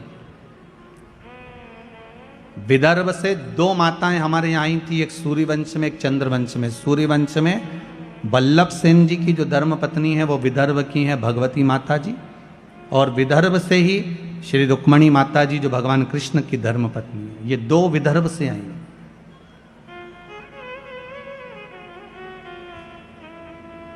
सिरसा हरियाणा से, प्रतापगढ़ हिसार से ये अग्रसेन महाराज जी के पिता वल्लभ सेन जी निवास करते थे, और उनके जो विवाह संबंध हुआ था वो भगवती देवी जी से हुआ था। तो भगवती देवी जी जो विदर्भ से आई थी, उनके मन में एक भाव जागृत हो गया था कि मैं सूर्यवंश की बहू, राम जी के वंश में 34वीं पीढ़ी में, कुश के अंतर्गत 34वीं पीढ़ी में हमारा जन्म हुआ है, हम यहां आए हैं, क्यों ना राम जैसा पुत्र मेरे घर में उत्पन्न होना चाहिए। तो उन्होंने वल्लभ सेन जी से निवेदन करा था कि मेरे गर्भ से जो संतान हो वो भगवान की भजन करने वाली और जगत का कल्याण करने वाली हो, ऐसी कोई संतान हो। तो भगवती देवी जी ने जब अपने पति वल्लभ सेन जी से निवेदन करा, तो वल्लभ सेन जी ने कहा एक काम करना, शिव की आराधना करना, शंकर का भजन करना। और वल्लभ सेन और माता भगवती देवी ने दोनों ने जब शंकर की आराधना करी, स्वयं शंकर भगवान ने आकर कहा कि तुम्हारे गर्भ में जो बालक होगा वो राम जैसा ही कीर्तिवान होगा, कोई साधारण नहीं हो सकता। और मां भगवती के गर्भ से जो बालक हुए वो अग्रसेन जी हुए। और एक बात का स्मरण आपके जीवन में रहे, जैसे मां अहिल्या ने हर पल, माता अहिल्या हर पल शंकर जी को साथ लेकर चलती थी, ऐसे ही अग्रसेन महाराज जब जब किसी काम से, जैसे हिसार के अंतर्गत जब पानी नहीं गिरा तो उन्होंने शंकर का अनुमोदन करा और शिव भगवान प्रकट होकर उनके लिए जल वृष्टि कर गए। देखो हमारे यहाँ के जितने जितने पूर्व में चाहे राजा रहे, महाराजा रहे, संत रहे, साधु रहे, ये शिव के उपासक रहे। आपसे भी निवेदन है, संपूर्ण जितने भी लोग इस पावन कथा को सुन रहे हैं, एक बूंद भी अगर जल की शिव पर समर्पित होती है तो उसका फल आपके खाते में लिखा जाता है, अलग नहीं जाता। हाँ ये जरूर है, थोड़ा समय लगता है, दुख आया है, पूर्व के कर्म के अनुसार आया है, तो थोड़ा दुख काटने में समय तो लगता है, पर आप बाबा से रोज निवेदन करो ना, रोज भजो श्री शिवाय नमस्तुभ्यं, श्री शिवाय नमस्तुभ्यं, श्री शिवाय नमस्तुभ्यं। भगवान से रोज प्रार्थना करो। भोला सब दुख काटो, ओ भोला सब दुख काटो, शिव शंकर जपूं तेरी माला, भोले बाबा जपूं तेरी माला, भोला सब दुख काटो, ओ भोला सब दुख काटो। भगवान देव ऋषि नारद का अहंकार गया, समय आया, ब्रह्मदेव से भगवान नारायण ने कहा, ब्रह्मा जी आप सृष्टि की लीला आगे बढ़ाओ। ब्रह्मा जी सृष्टि की लीला आगे बढ़ाने वाले थे, तो ब्रह्मा जी के मन में एक भाव उत्पन्न हो गया। ब्रह्मा जी ने कहा, देवाधिदेव महादेव के लिए संशय उत्पन्न हुआ ब्रह्मा जी के मन में, और भगवान विष्णु से कहा कि प्रभु, भगवान नारायण से कहा ब्रह्मा जी ने कि मैं आपका पुत्र हूं, पर हे नारायण आपके पिता का नाम क्या है? भगवान विष्णु ने कहा मेरे पिता शिव है, शंकर। शिव महापुराण में लिखा है, लिंग पुराण के अंतर्गत वर्णन आता है, नर्मदा पुराण में वर्णन आता है, शंकर भगवान ने अपनी जंगा और हस्त कमल पर अमृत का छींटा दिया था। जब देवता अमृत भाग लेकर आए थे तो वो अमृत का छींटा दिया, और ये अमृत कोई एक बार प्रकट नहीं हुआ है, ये अमृत कई बार प्रकट हुआ। उस अमृत के छींटे से उतार कर एक पुरुष की उत्पत्ति हुई थी, वो भगवान विष्णु थे। ये शिव महापुराण में लिखा है। भगवान विष्णु ने अपने शरीर पर जल का सींचन करा था, चारों तरफ जल जल कर दिया था, उस पर आयन करने के कारण भगवान का नाम नारायण पड़ गया। ये शिव महापुराण कहते हैं। तो भगवान विष्णु ने कहा मेरे पिता शंकर, भगवान शिव। आपके पिता शंकर? हाँ। शिव कैसे हैं?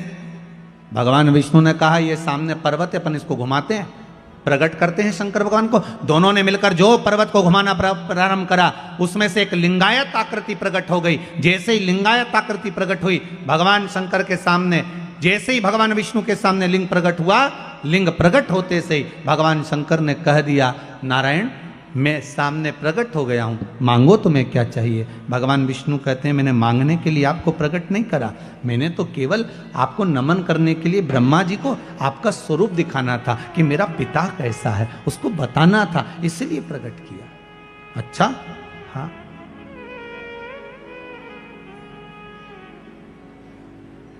मैंने आपको इसलिए प्रकट किया। भगवान ब्रह्मा जी के मन में भाव उत्पन्न नहीं हुआ। भगवान ब्रह्मदेव ने कहा अगर ये शंकर भगवान का जो शिवलिंग है, भगवान का जो स्वरूप है, इनके चरण कहाँ है, इनका सिर कहाँ है? जिस शिवलिंग पर आप पानी चढ़ाते हो उसका चरण कहाँ पर है? ढूंढा कभी आपने? जिस शिवलिंग पर आप जल चढ़ाते हो उसका सिर कहाँ पर है? ढूंढा कभी आपने? और फिर निवेदन करूं छत्तीसगढ़ की इस पवित्र भिलाई की भूमि से, जयंती स्टेडियम से, शिव के भक्त को खुद जवाब नहीं देना चाहिए। आप शंकर जी के भक्त हो ना, कोई आपको गाली दे रहा है ना, कोई आपको अपशब्द कह रहा है ना, कोई आपको ताना दे रहा है ना, कोई आप पर इल्जाम लगा रहा है ना, कोई आपको अपशब्द दे रहा है, बहुत ताने दे रहा है, बहुत बद्दुआ दे रहा है, बहुत गाली दे रहा है, आप उसका जवाब मत दीजिए, क्योंकि शिव के भक्त कभी जवाब नहीं देते, शंकर के भक्त जवाब नहीं देते, पर शंकर के भक्त जो शिव का भक्त है उसका जवाब स्वयं देव अधिदेव महादेव शंकर एक ना एक दिन देता जरूर है। स्वयं शिव देव, स्वयं शंकर देव, स्वयं करुणा सागर देव।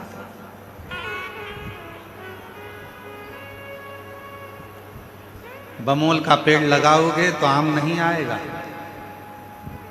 आम का पेड़ लगाओगे तो आम आएगा। अच्छा बोलोगे तो एक दिन वो अच्छाई तुम्हारे सामने आएगी। तुम अगर दूसरे को अपशब्द कहोगे तो तुम्हारे ऊपर भी एक दिन अपशब्दों का पहाड़ टूट पड़ेगा। शिव जवाब जरूर देते।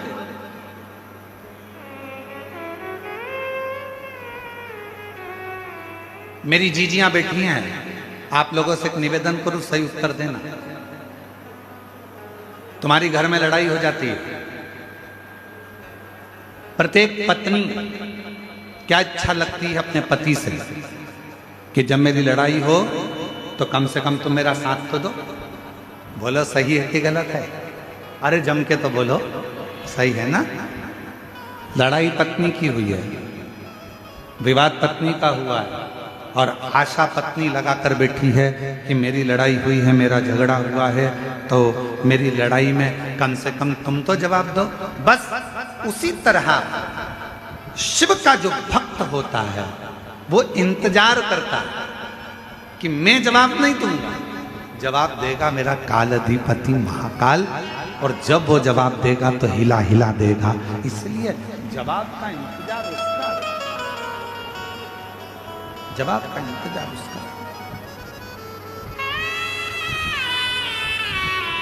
और देख लिया संसार, हमने देख लिया सब मतलब के यार, हमने देख लिया झूठे नाते झूठे रिश्ते, झूठे नाते झूठे रिश्ते, झूठा है संसार, हमने देख लिया सब मतलब के यार, हमने देख लिया। आप अच्छा करिए, आपको अच्छा मिलेगा। एक लड़के ने अपनी माता से कहा, माँ मैं अगर 12वीं पास कर लूंगा तो क्या मैं डॉक्टर बन जाऊंगा? क्या मैं MBBS करने के लिए तत्पर रहूंगा? माँ ने कहा, MBBS करने के लिए कितनी तैयारी करना पड़ती है, कितना एग्जाम देना पड़ता है, और इतनी परीक्षा देगा तब जाकर तो डॉक्टर बनेगा। माँ क्यों ना मैं एग्जाम दूं और तैयारी भी मैं घर में ही करूं? माँ ने कहा, बेटा उसके लिए तो कोचिंग करना ही पड़ेगी। माँ वो सियोर वाला महाराज कहता है कि अगर अच्छे से पढ़ाई करो, मेहनत करो, अच्छा परिश्रम करो, अच्छा कर्म करो तो मंजिल मिलती जरूर है। वो बच्चे ने पत्र लिखा,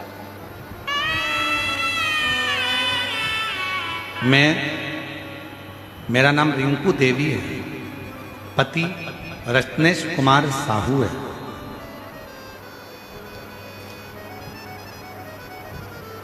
मैं भिलाई के चनौदा की रहने वाली हूँ। गुरुजी मेरा भाई इंद्रजीत कुमार ठाकुर,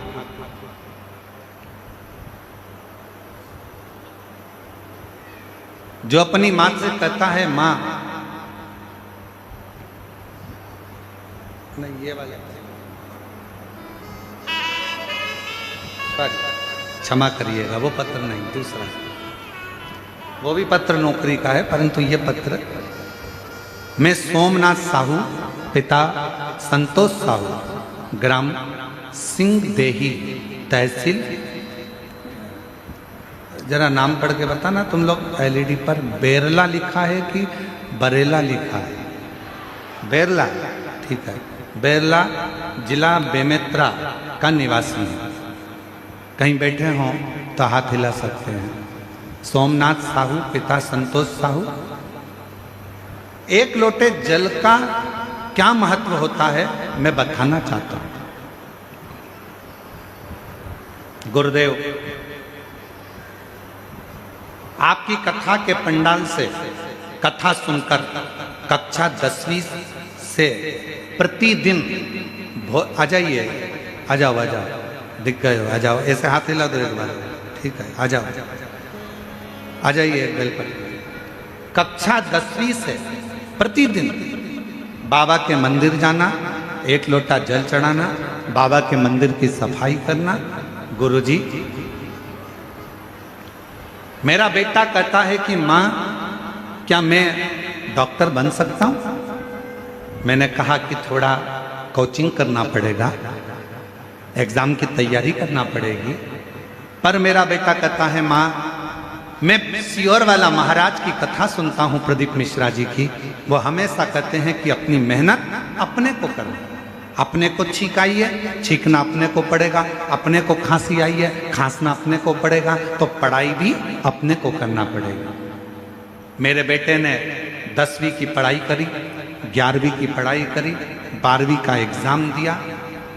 गुरुदेव इसी भिलाई की इसी कथा में बाबा से विनती कर कर गया, खूब सेवा कर, और बाबा की ऐसी कृपा हुई गुरुदेव कि आज मेरे बेटे ने घर में रहकर बिना कोचिंग के शिव पर विश्वास कर कर, भरोसा कर कर नीट की परीक्षा पास कर ली। और मेरे बाबा ने ऐसी करुणा करी कि आज मेरा बेटा सिमसा के मेडिकल कॉलेज बिलासपुर में एडमिशन मिला और मेरा बेटा डॉक्टर की पढ़ाई, MBBS की पढ़ाई कर रहा है। शिव शिव है। आपकी मेहनत के आगे, आपकी कर्म के आगे, आपकी मेहनत के आगे परमात्मा को भी आकर आशीर्वाद देना ही पड़ता है। मूल है आपका मेहनत, आपका परिश्रम। उस बच्चे ने लिखा है कि माता जी ने लिखा है मेरा बेटा रोज मंदिर जाता, रोज जल चढ़ाता, रोज शिव जी के मंदिर जाता है, रोज जल चलाता है, शंकर जी के मंदिर में सफाई करता है, भोलेनाथ जी का, पशुपतिनाथ का व्रत किया, यहीं भिलाई में बैठकर शिव महापुराण की कथा सुनी, और आज मेरा बेटा डॉक्टरी की पढ़ाई कर रहा है। आज मेरा बेटा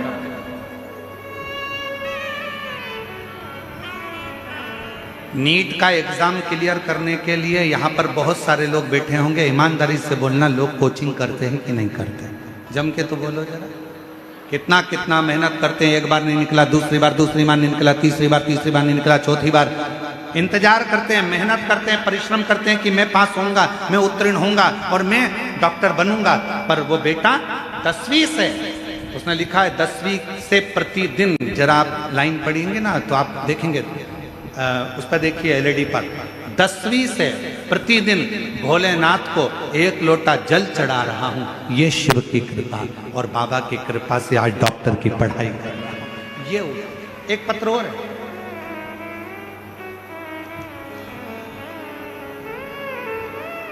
मेरा नाम, मैं भिलाई के चरौंदा की रहने वाली हूँ। मेरा नाम रिंकू देवी है, पति रत्नेश कुमार साहू है। गुरुजी, बाबा का मैं क्या गुणगान करूं। मेरा भाई इंद्रजीत कुमार ठाकुर, आ जाइए, आए हैं, आ जाओ, आ जाओ, आ जाओ। ठाकुर का नौकरी नहीं लग रहा था। हमने हमारे भाई से कहा, सियोर वाला बाबा कहता है सारी समस्या का हल एक लोटा, तो मंदिर जाया कर, शिव जी को जल चढ़ाया कर, शिव मंदिर की सफाई करा कर। और मेरे भाई ने मेरा कहना मानकर पशुपतिनाथ का व्रत करा और टीवी के सामने बैठकर कथा सुनी, और बाबा की कृपा से आज मेरे भाई ने BPSC टीचर की नौकरी, मेरे भाई को सरकारी नौकरी प्राप्त हो गई। मैं बाबा को यहाँ प्रणाम करने के लिए आए हैं। गुरुदेव,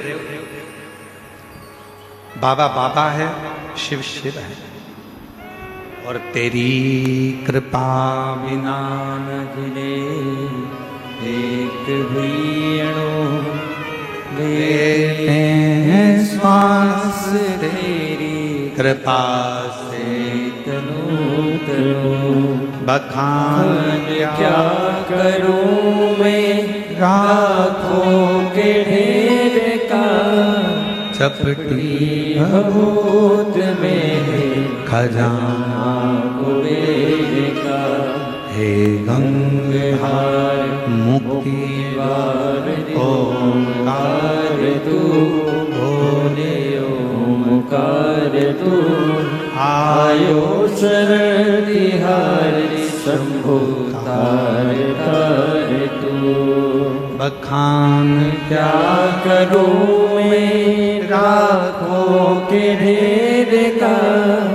चपटी भभूत में खजाना कुबेर का।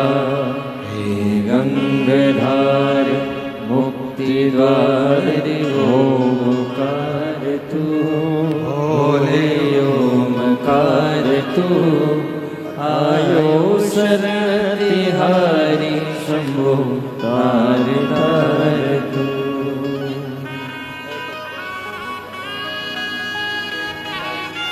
एक बार जोरदार ताली बजाकर स्वागत करो।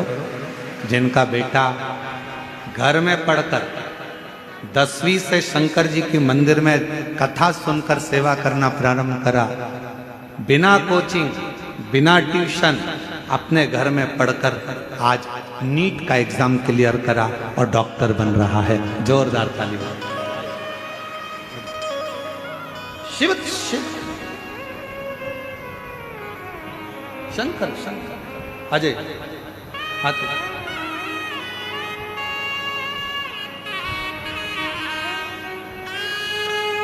राखों के ढेर का। चपटी भभूत में खजाना कुबेर का। गंगाधार मुक्ति द्वार ओंकार तू बोले ओंकार तू। आयो शरण तिहारी शंभु तार तार तू।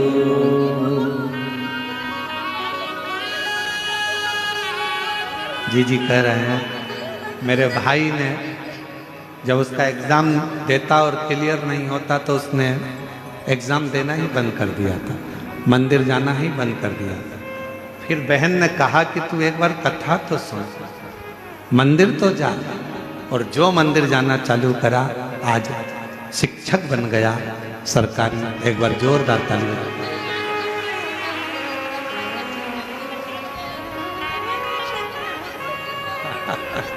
शिव शिव शंकर शंकर शंकर।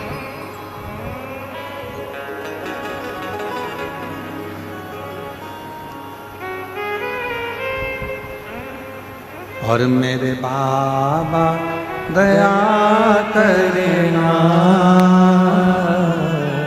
मैं तेरे भरोसे हूँ। भोले बाबा दया करना,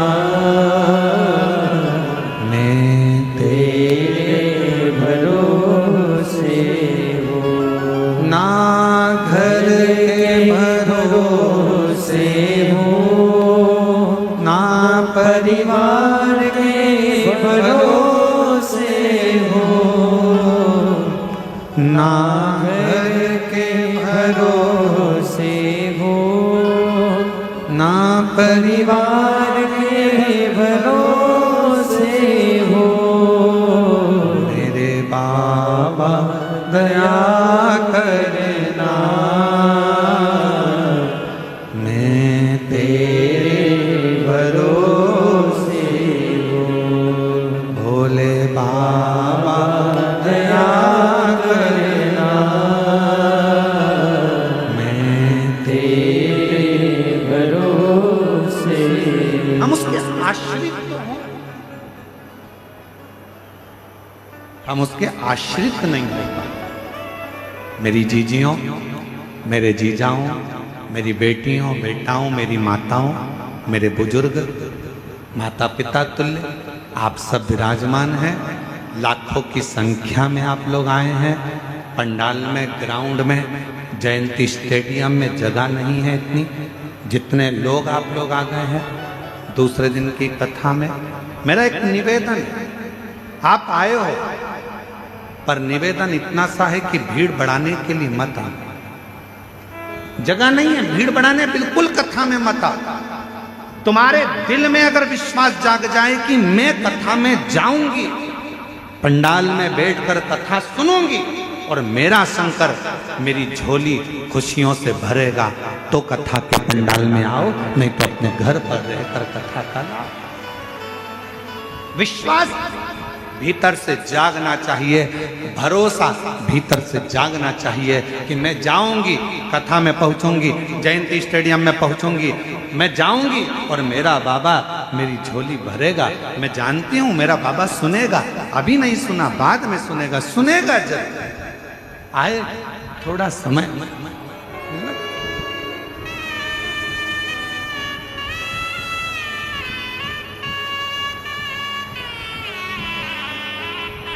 हो सकता है थोड़ा देर लग जाए आने में, हो सकता।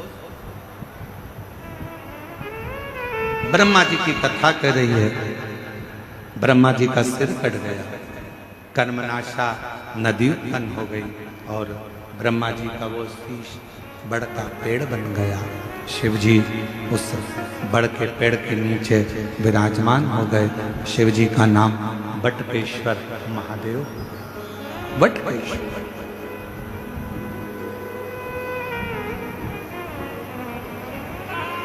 भगवान शंकर का नाम बटकेश्वर महादेव हुआ। ब्रह्मा जी एकदम मौन होकर बैठे हुए थे, शांत, चुप, बोलते नहीं थे। कुछ भी शब्द ब्रह्मा जी के मुख से निकलता नहीं था, कोई शब्द, एकदम शांत, एकदम मौन, एकदम चुप ब्रह्मा जी।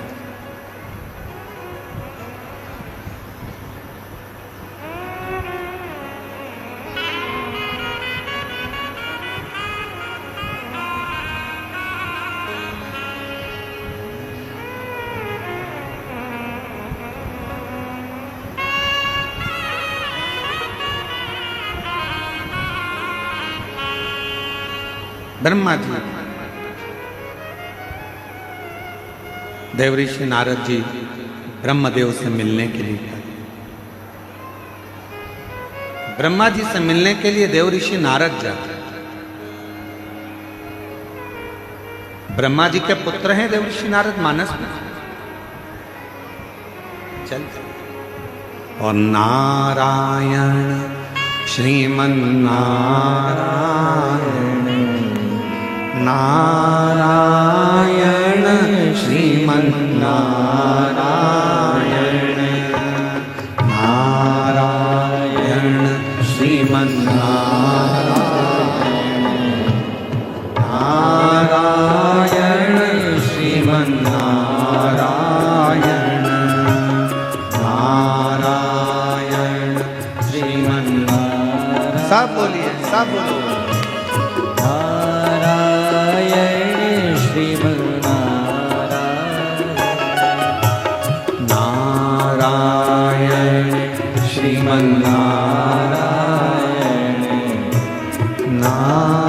नारायण श्रीमन नारायण, ओ नारायण श्रीमन नारायण, नारायण श्रीमन नारायण, नारायण श्रीमन नारायण, नारायण श्रीमन नारायण, नारायण श्रीमन नारायण, नारायण श्रीमन नारायण।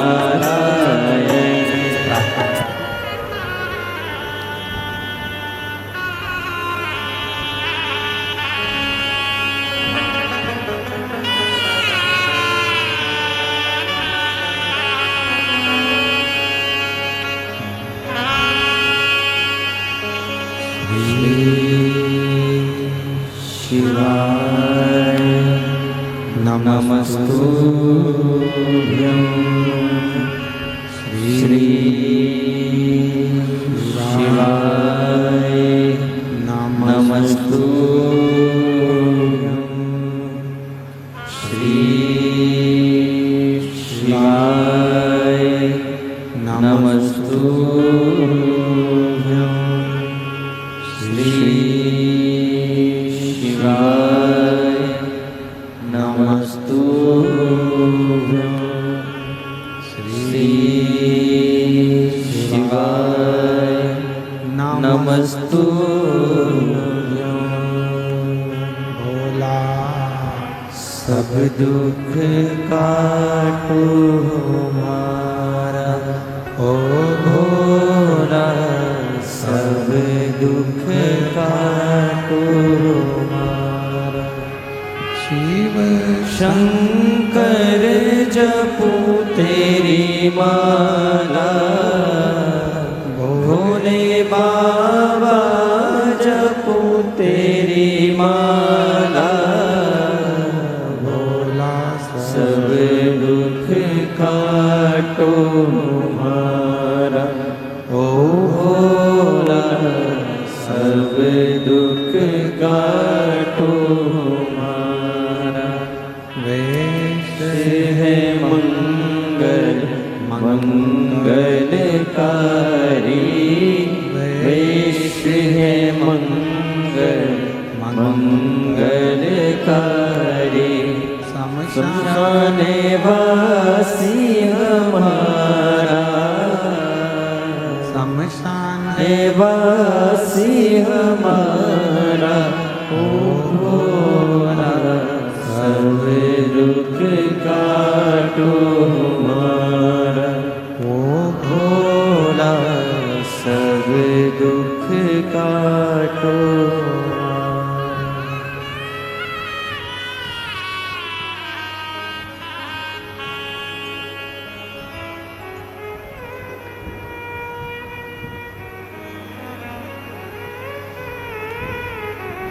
बाबा देवादिदेव भगवान श्री ओगरदानी त्रिकालदर्शी कैलाश विनाशी भगवान शंकर की पवित्र कथा कह रही है। शिव महापुराण की कथा वर्णन कर रही है, शिव कथा कर रही है। ब्रह्मा जी मौन है, देवऋषि नारद ब्रह्मदेव के पास पहुंचे हैं और ब्रह्मा जी के पास में पहुंचकर देवऋषि नारद जी ने देखा कि ब्रह्मा जी से मैं बात तो कर रहा हूं पर मेरे पिता कोई जवाब नहीं।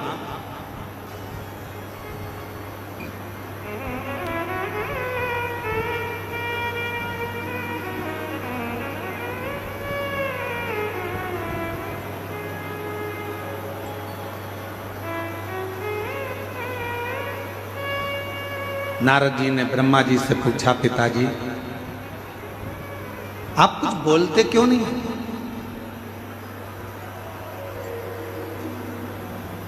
आपकी वाणी नहीं सुनी बहुत दिनों से कम कुछ तो बोलिए।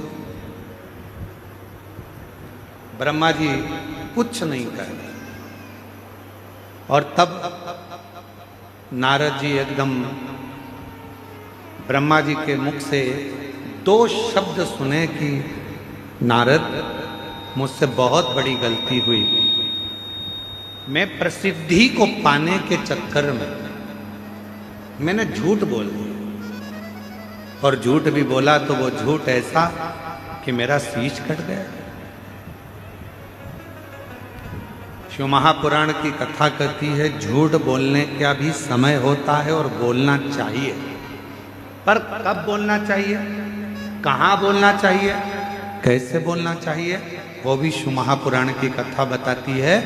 जब कोई गाय कसाई के यहाँ कटने के लिए जा रही हो, वहां खड़े होकर कह दो ये गाय मेरी है और उसको छुड़ा कर ले आओ, तो वो झूठ भी तुम्हारा फलदायी हो जाए। किसी बच्ची के साथ, छोटी सी कन्या के साथ, कोई छोटी सी बेटी के साथ गलत कर्म हो रहा हो और वहां से आप निकल कर जा रहे हो और वो बच्ची पुकार रही हो, किसी के साथ गलत कृत्य हो रहा हो और वहां आप देखो, तुरंत कह दो ये मेरी बेटी है, इसको छोड़ दो, मैं क्षमा मांगता हूं, इसको छोड़ दीजिए, वो धर्म ही हो।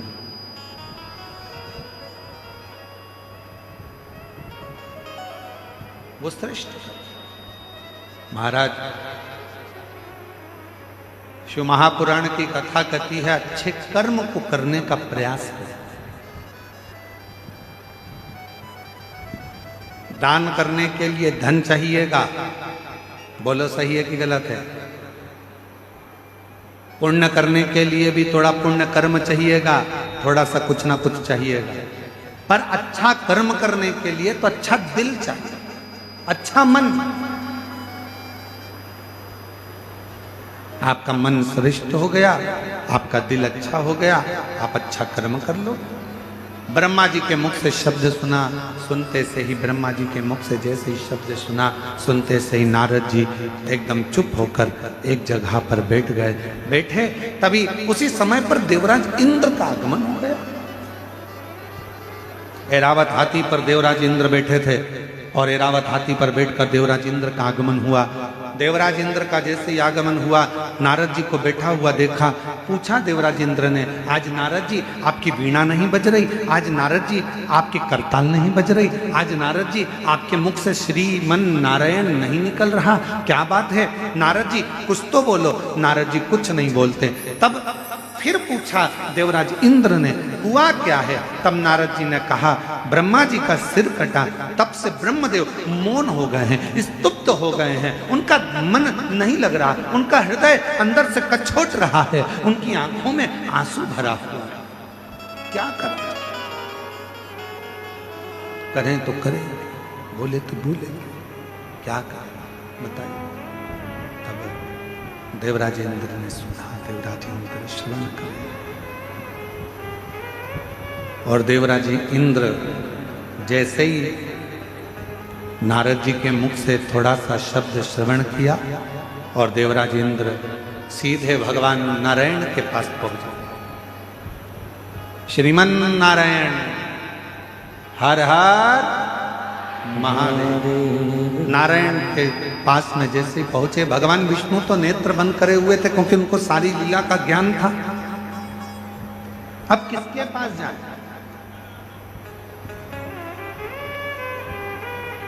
पहुंच गए मेरे देव अधिदेव महादेव के पास में इंद्र, भगवान शिव जी के, भगवान शंकर के। और जैसे ही भगवान शंकर के पास में पहुंचे, बाबा तो नेत्र बंद कर समाधि में डूबे हुए थे। ओम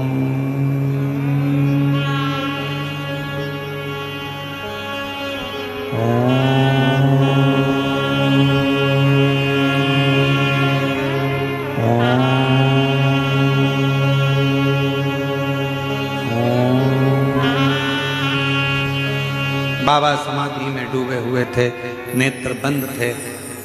भगवान इंद्रदेव ने आवाज लगाई, हर हर। फिर भी भगवान शिव ने नेत्र नहीं खोले। ताली भी बजाई 3 बार, फिर भी भगवान शिव ने नेत्र नहीं खोले। इंद्र को लगा कि जरूर कोई बात बहुत भारी है, इसलिए बाबा नेत्र नहीं खोलते। प्रार्थना करी माँ जगत जननी से, माँ जगदम्बा अम्बा पार्वती जी बैठी विराजमान थी। माँ जगत जननी अम्बा जगदम्बा माँ पार्वती जी से विनय करा। शिवजी नेत्र नहीं खोल रहे हैं, बाबा नेत्र नहीं खोल रहे हैं और सामने बहुत बड़ी उलझन खड़ी हुई। शिव महापुराण की कथा कहती है, तेरे मंदिर में आना मेरा काम है और मेरी बिगड़ी बनाना तेरा। आप उसके दरवाजे पर एक पत्र है, अच्छा है, देखिए।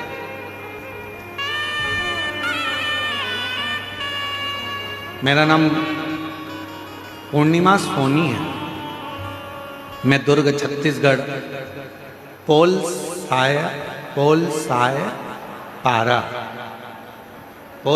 पारा की निवासी हूँ। मैं सब तरफ से निराश हो चुकी थी।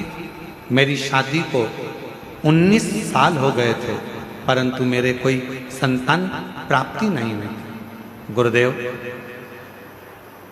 जब 19 साल शादी के हो गए, कहीं बैठी हो, मेरा नाम पूर्णिमा सोनी है, मैं दुर्ग छत्तीसगढ़ पोल साय पारा की रहने वाली हूँ। कहीं बैठी हो तो हाथ हिला सकती हैं, और अगर कहीं बैठी हो और बच्चा साथ में हो तो लेकर आ सकती हैं एक बेलपत्र लेने के लिए, अगर कहीं बैठे हों तो। मैं पोल साया पारा की निवासी हूँ, दुर्ग छत्तीसगढ़ की। 19 साल संतान प्राप्ति नहीं हुई, मैं बड़ी दुखी हो गई। तब मेरा भाई सीहोर से रुद्राक्ष ला कर दिया, जिसका जल मैं रोज पीती थी।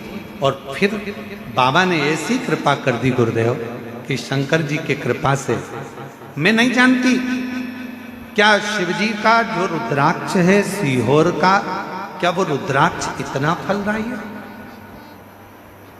हम कहना चाहेंगे शंकर भगवान की वो पवित्र भूमि कुबरेश्वर धाम, जिस भूमि पर कंकर शंकर की पूजा होती है, वो भूमि कोई साधारण नहीं है। 12 ज्योतिर्लिंग का मध्य केंद्र बिंदु है। वहाँ बैठकर जो मांगा जाता है, रुद्राक्ष लेकर आया जाता है, वो जीवन का सुख प्रदान है, आनंद देता है। और भिलाई छत्तीसगढ़ के सभी श्रोता भाई बहनों से निवेदन करेंगे, जिंदगी में बड़े आनंद के साथ एक बात स्मरण में रखिए, सब दूर से हार जाओ, सब दूर जा जाकर थक जाओ, और कोई साधन आखिरी में नजर ना आए, तब आखिरी में एक बार बाबा कुबरेश्वर की भूमि पर जाकर बैठना, 5 कंकर उठाकर उसका पूजन करना, 1 कंकर लेकर आना, बाबा का रुद्राक्ष मांग कर लाना और दिल से उसका स्मरण करना, मेरा कुबरेश्वर बाबा तुम्हारी झोली जरूर भर देगा। शिव करुणा जरूर करेगा, शिव कृपा जरूर करेगा। बेटी ने लिखा 19 साल शादी को हो गए थे, संतान नहीं थी। मेरे भाई ने मुझे रुद्राक्ष ला कर दिया सीहोर का, मैं उसको पानी में गलाकर शिवजी को चढ़ाकर उस पानी को पीना प्रारंभ करा। सफेद आंकड़े की जड़ का प्रयोग करा, पंडाल में बैठकर कथा श्रवण करी और बाबा की कृपा से 10 नवंबर 2024 को बाबा की कृपा से 19 साल के बाद मुझे पुत्र रत्न की प्राप्ति हुई। मैं बाबा को प्रणाम करने, शिव को नमन करने, और तेरी कृपा का क्या है भरोसा, कब किस पर हो जाए, जरा सी हम पर कर दो। एक पत्र और अच्छा आया है। मेरा नाम टिकेश्वरी साहू है, प्रकाश साहू पति का नाम है, करंजा भिलाई जिला दुर्ग छत्तीसगढ़ के निवासी हैं। गुरुदेव 9 साल शादी के हो गए थे,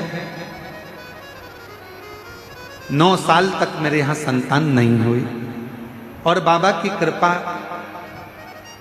शिव जी का श्री शिवाय नमस्तुभ्यम मंत्र का जाप, कहीं बैठी हो डिकेश्वरी साहू, प्रकाश साहू, करंजा भिलाई जिला दुर्ग, आप ही हैं? एक बार हाथ हिला दो, आ जाइए, बेलपत्र लेकर जाइए। सफेद आंकड़े की जड़ का प्रयोग और बाबा की कथा का प्रयोग, पंडाल में बैठकर कथा सुनना, और शिव जी की कृपा ऐसी हुई गुरुदेव कि 17 मार्च 2025 को 9 साल के बाद मेरे घर में संतान की प्राप्ति हुई।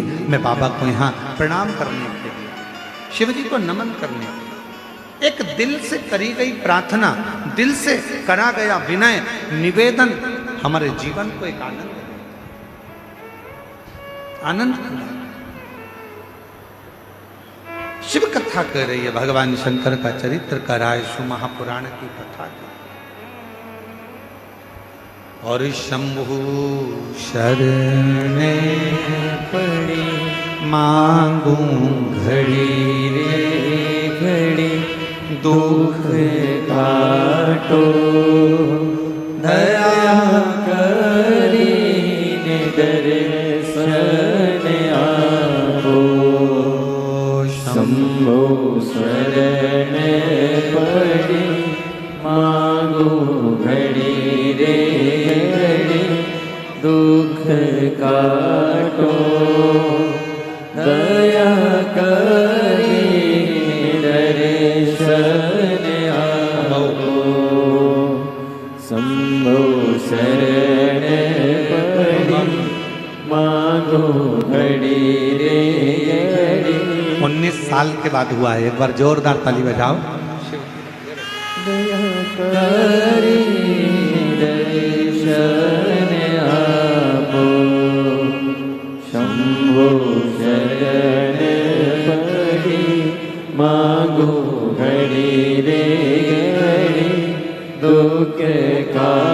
तो दया करीन दर्शन आपको। 19 साल के बाद बाबा ने दिया। शिव कृपा, संत। ब्रह्मा जी मौन है।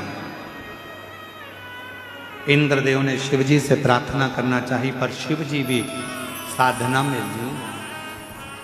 भगवान शंकर भी साधना में लीन। साधना, कोई जवाब नहीं मिला। वापिस इंद्रदेव ने आवाज लगाई, हर हर। फिर भी शिव जी के नेत्र नहीं खुले।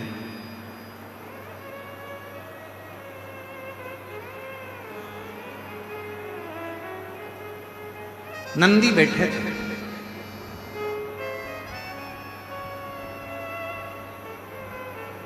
और नंदी को बैठा हुआ देखकर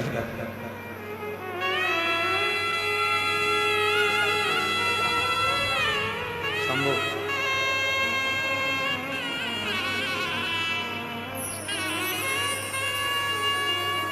शंभो शंभो 17 मार्च 2025 को जन्म लिया है। 9 साल के बाद हुआ है। एक बार जोरदार ताली बजाकर स्वागत।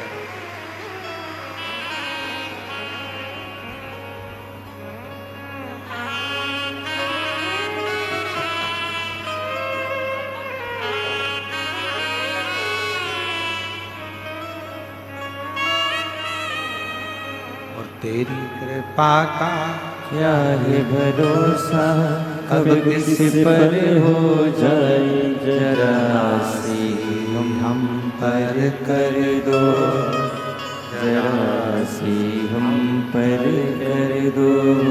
शिव करुणा सा शब्द नहीं निकले। नंदी बैठे थे। इंद्रदेव ने प्रणाम किया है नंदी।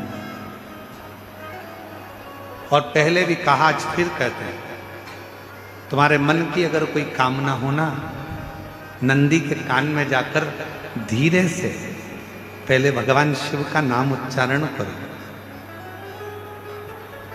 ओम नमः शिवाय बोलो तो ओम नमः शिवाय, नमः शिवाय बोलो तो नमः शिवाय, तो श्री शिवाय नमस्तुभ्यम बोलो तो श्री शिवाय नमस्तुभ्यम। नंदी के कान में कैसे कहना चाहिए आप लोगों को मालूम है? नंदी के कानों में कहने के लिए दुर्वा का भाग रखा जाता है अपने हाथ में, और दुर्वा के भाग को अपनी हथेली में हाथ में रखकर फिर नंदी के कानों के पास में जाकर धीरे से कहा जाता है, श्री शिवाय नमस्तुभ्यं, श्री शिवाय नमस्तुभ्यं, श्री शिवाय नमस्तुभ्यं, श्री शिवाय नमस्तुभ्यं, श्री शिवाय नमस्तुभ्यं। नंदी से अपने मन की कामना, बाबा हे नंदीश्वर, आपके हृदय में, आपकी दृष्टि में शिव समाये हैं।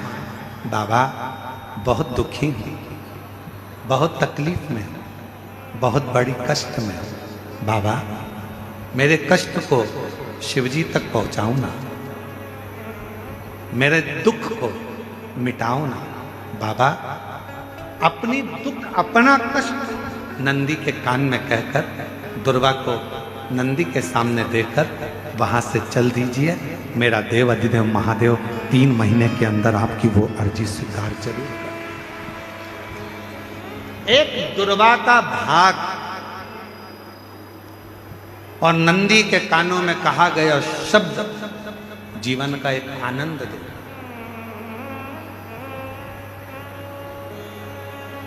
एक दुर्वा का, और यदि दुर्वा नहीं भी होती है, अगर दुर्वा नहीं है तो नंदी के जो गले में, शिव मंदिर में नंदी होता है, नंदी के गले में जो घंटी पड़ी होती है, घंटी देखिए नंदी के गले में, और अलग से तो कोई घंटी डालता नहीं है, पत्थर की ही घंटी बनी होती है, पाषाण की ही घंटी बनी होती है। उस घंटी जो डली हुई है, जो गला है नंदी का, उसका स्पर्श करते हुए नंदी के कान में अपनी बातों को कह देना चाहिए। स्पर्श।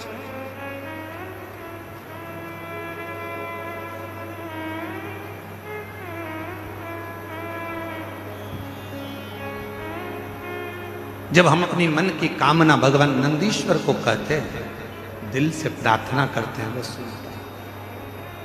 हृदय की तरंग नंदी, इंद्रदेव ने नंदी को प्रणाम किया। नंदीश्वर से पूछा कि वो ब्रह्मा जी जिनको बड़ी अंदर से गिलानी, ब्रह्मा जी के हृदय में बड़ी बड़ी गिलानी है, उनके आंखों में आंसू है, उनका दुख है, हृदय रो रहा है, नयन से जल बह रहा है। ब्रह्मा जी क्या करें कि अंदर का दुख समाप्त हो जाए? नंदी ने कहा, ब्रह्मदेव से कहिए कि त्रिवेणी का जो संगम है शिवजी को प्रिय है, गंगा यमुना सरस्वती का संगम प्रयागराज, उस तीर्थ में जाएं और ब्रह्म तीर्थ के रूप में उसको निर्मित कर कर उस पर यज्ञ किया प्रारंभ। शिव जी को राजी करने के लिए ब्रह्मा जी ने यज्ञ की रचना करना प्रारंभ करा।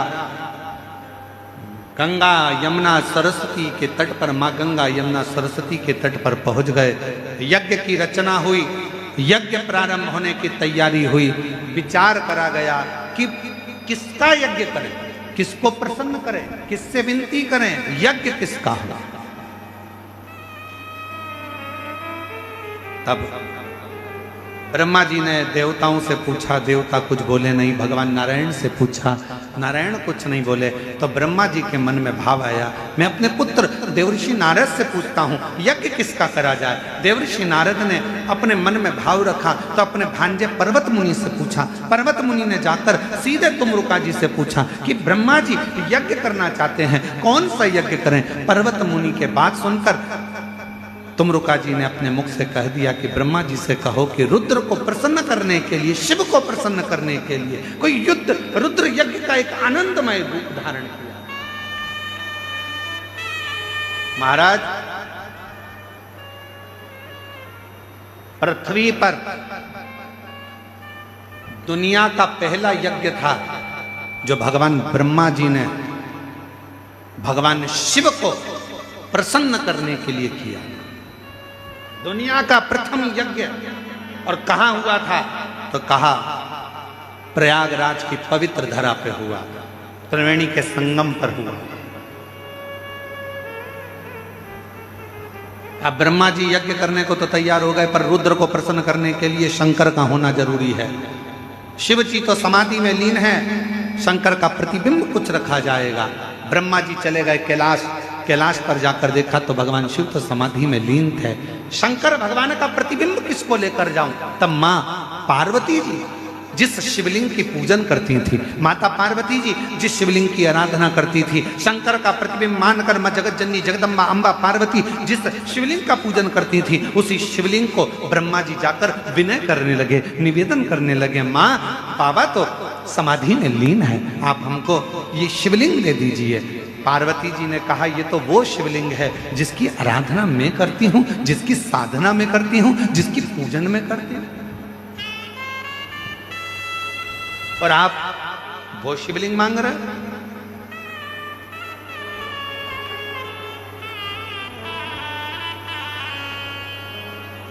और देना हो तो दीजिए जन्म जन्म का साथ, मेरे सिर पर रख दो बाबा अपने ये दोनों हाथ, और देना हो तो दीजिए जन्म जन्म का साथ, देना हो तो दीजिए जन्म जन्म का साथ। बड़ा एहसान होगा, बड़ा कल्याण होगा, बड़ा एहसान होगा, मेरा कल्याण होगा। बड़ी कृपा होगी, आप करुणा कर दीजिए। 5 जगत जननी जगदम्बा अम्बा करेंगे, मैं इस शिवलिंग को नहीं दे सकता, ये मेरी पूजन का स्थान है, ये मैं पूजती हूं।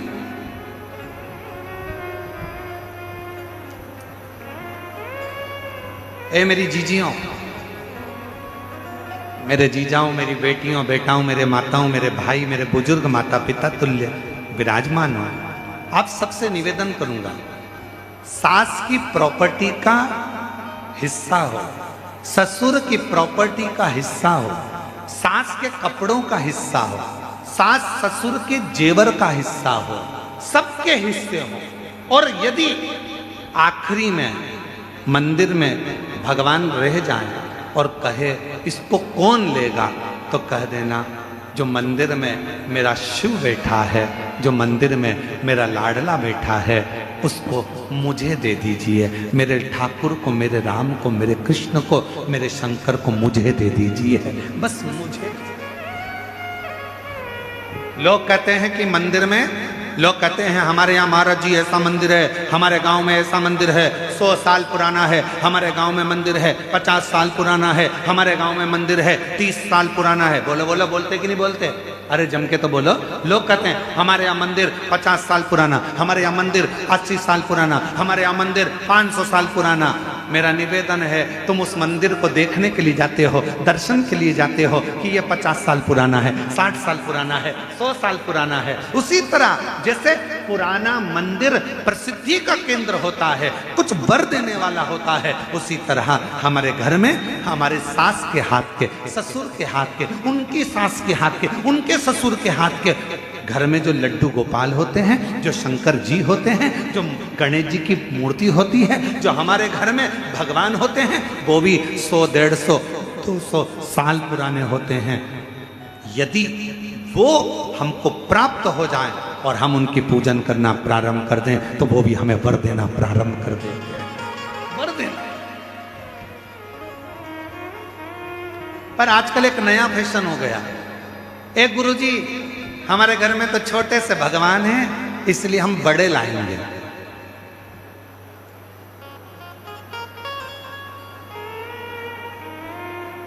अब घूमने गई मंदिर, कहीं तीर्थ में चली गई, वहां से घर में थे इतने से लड्डू गोपाल और ये बाजार से ले आई इतने बड़े लड्डू गोपाल।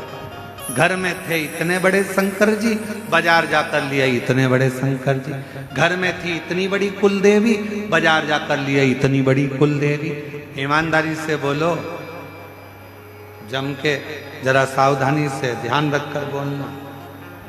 जरूरी नहीं कि बड़ी गोली ही असर करेगी, कभी कभी छोटी सी गोली भी पेट दुखने की पेट बंद कर देती है, और कभी कभी छोटी सी गोली जुलाब की हिला हिला देती है। महाराज, भगवान ना कभी छोटा होता है, भगवान ना कभी बड़ा होता है, भगवान तो भक्त के भाव से बड़ा और छोटा होता है। भाव भगत के वश में है भगवान, भगत के वश में है भगवान। भगत बिना ये कुछ भी नहीं है, भगत बिना ये कुछ भी नहीं है। भगत है इनकी जान, भगत के वश में है भगवान, भगत के वश में है भगवान।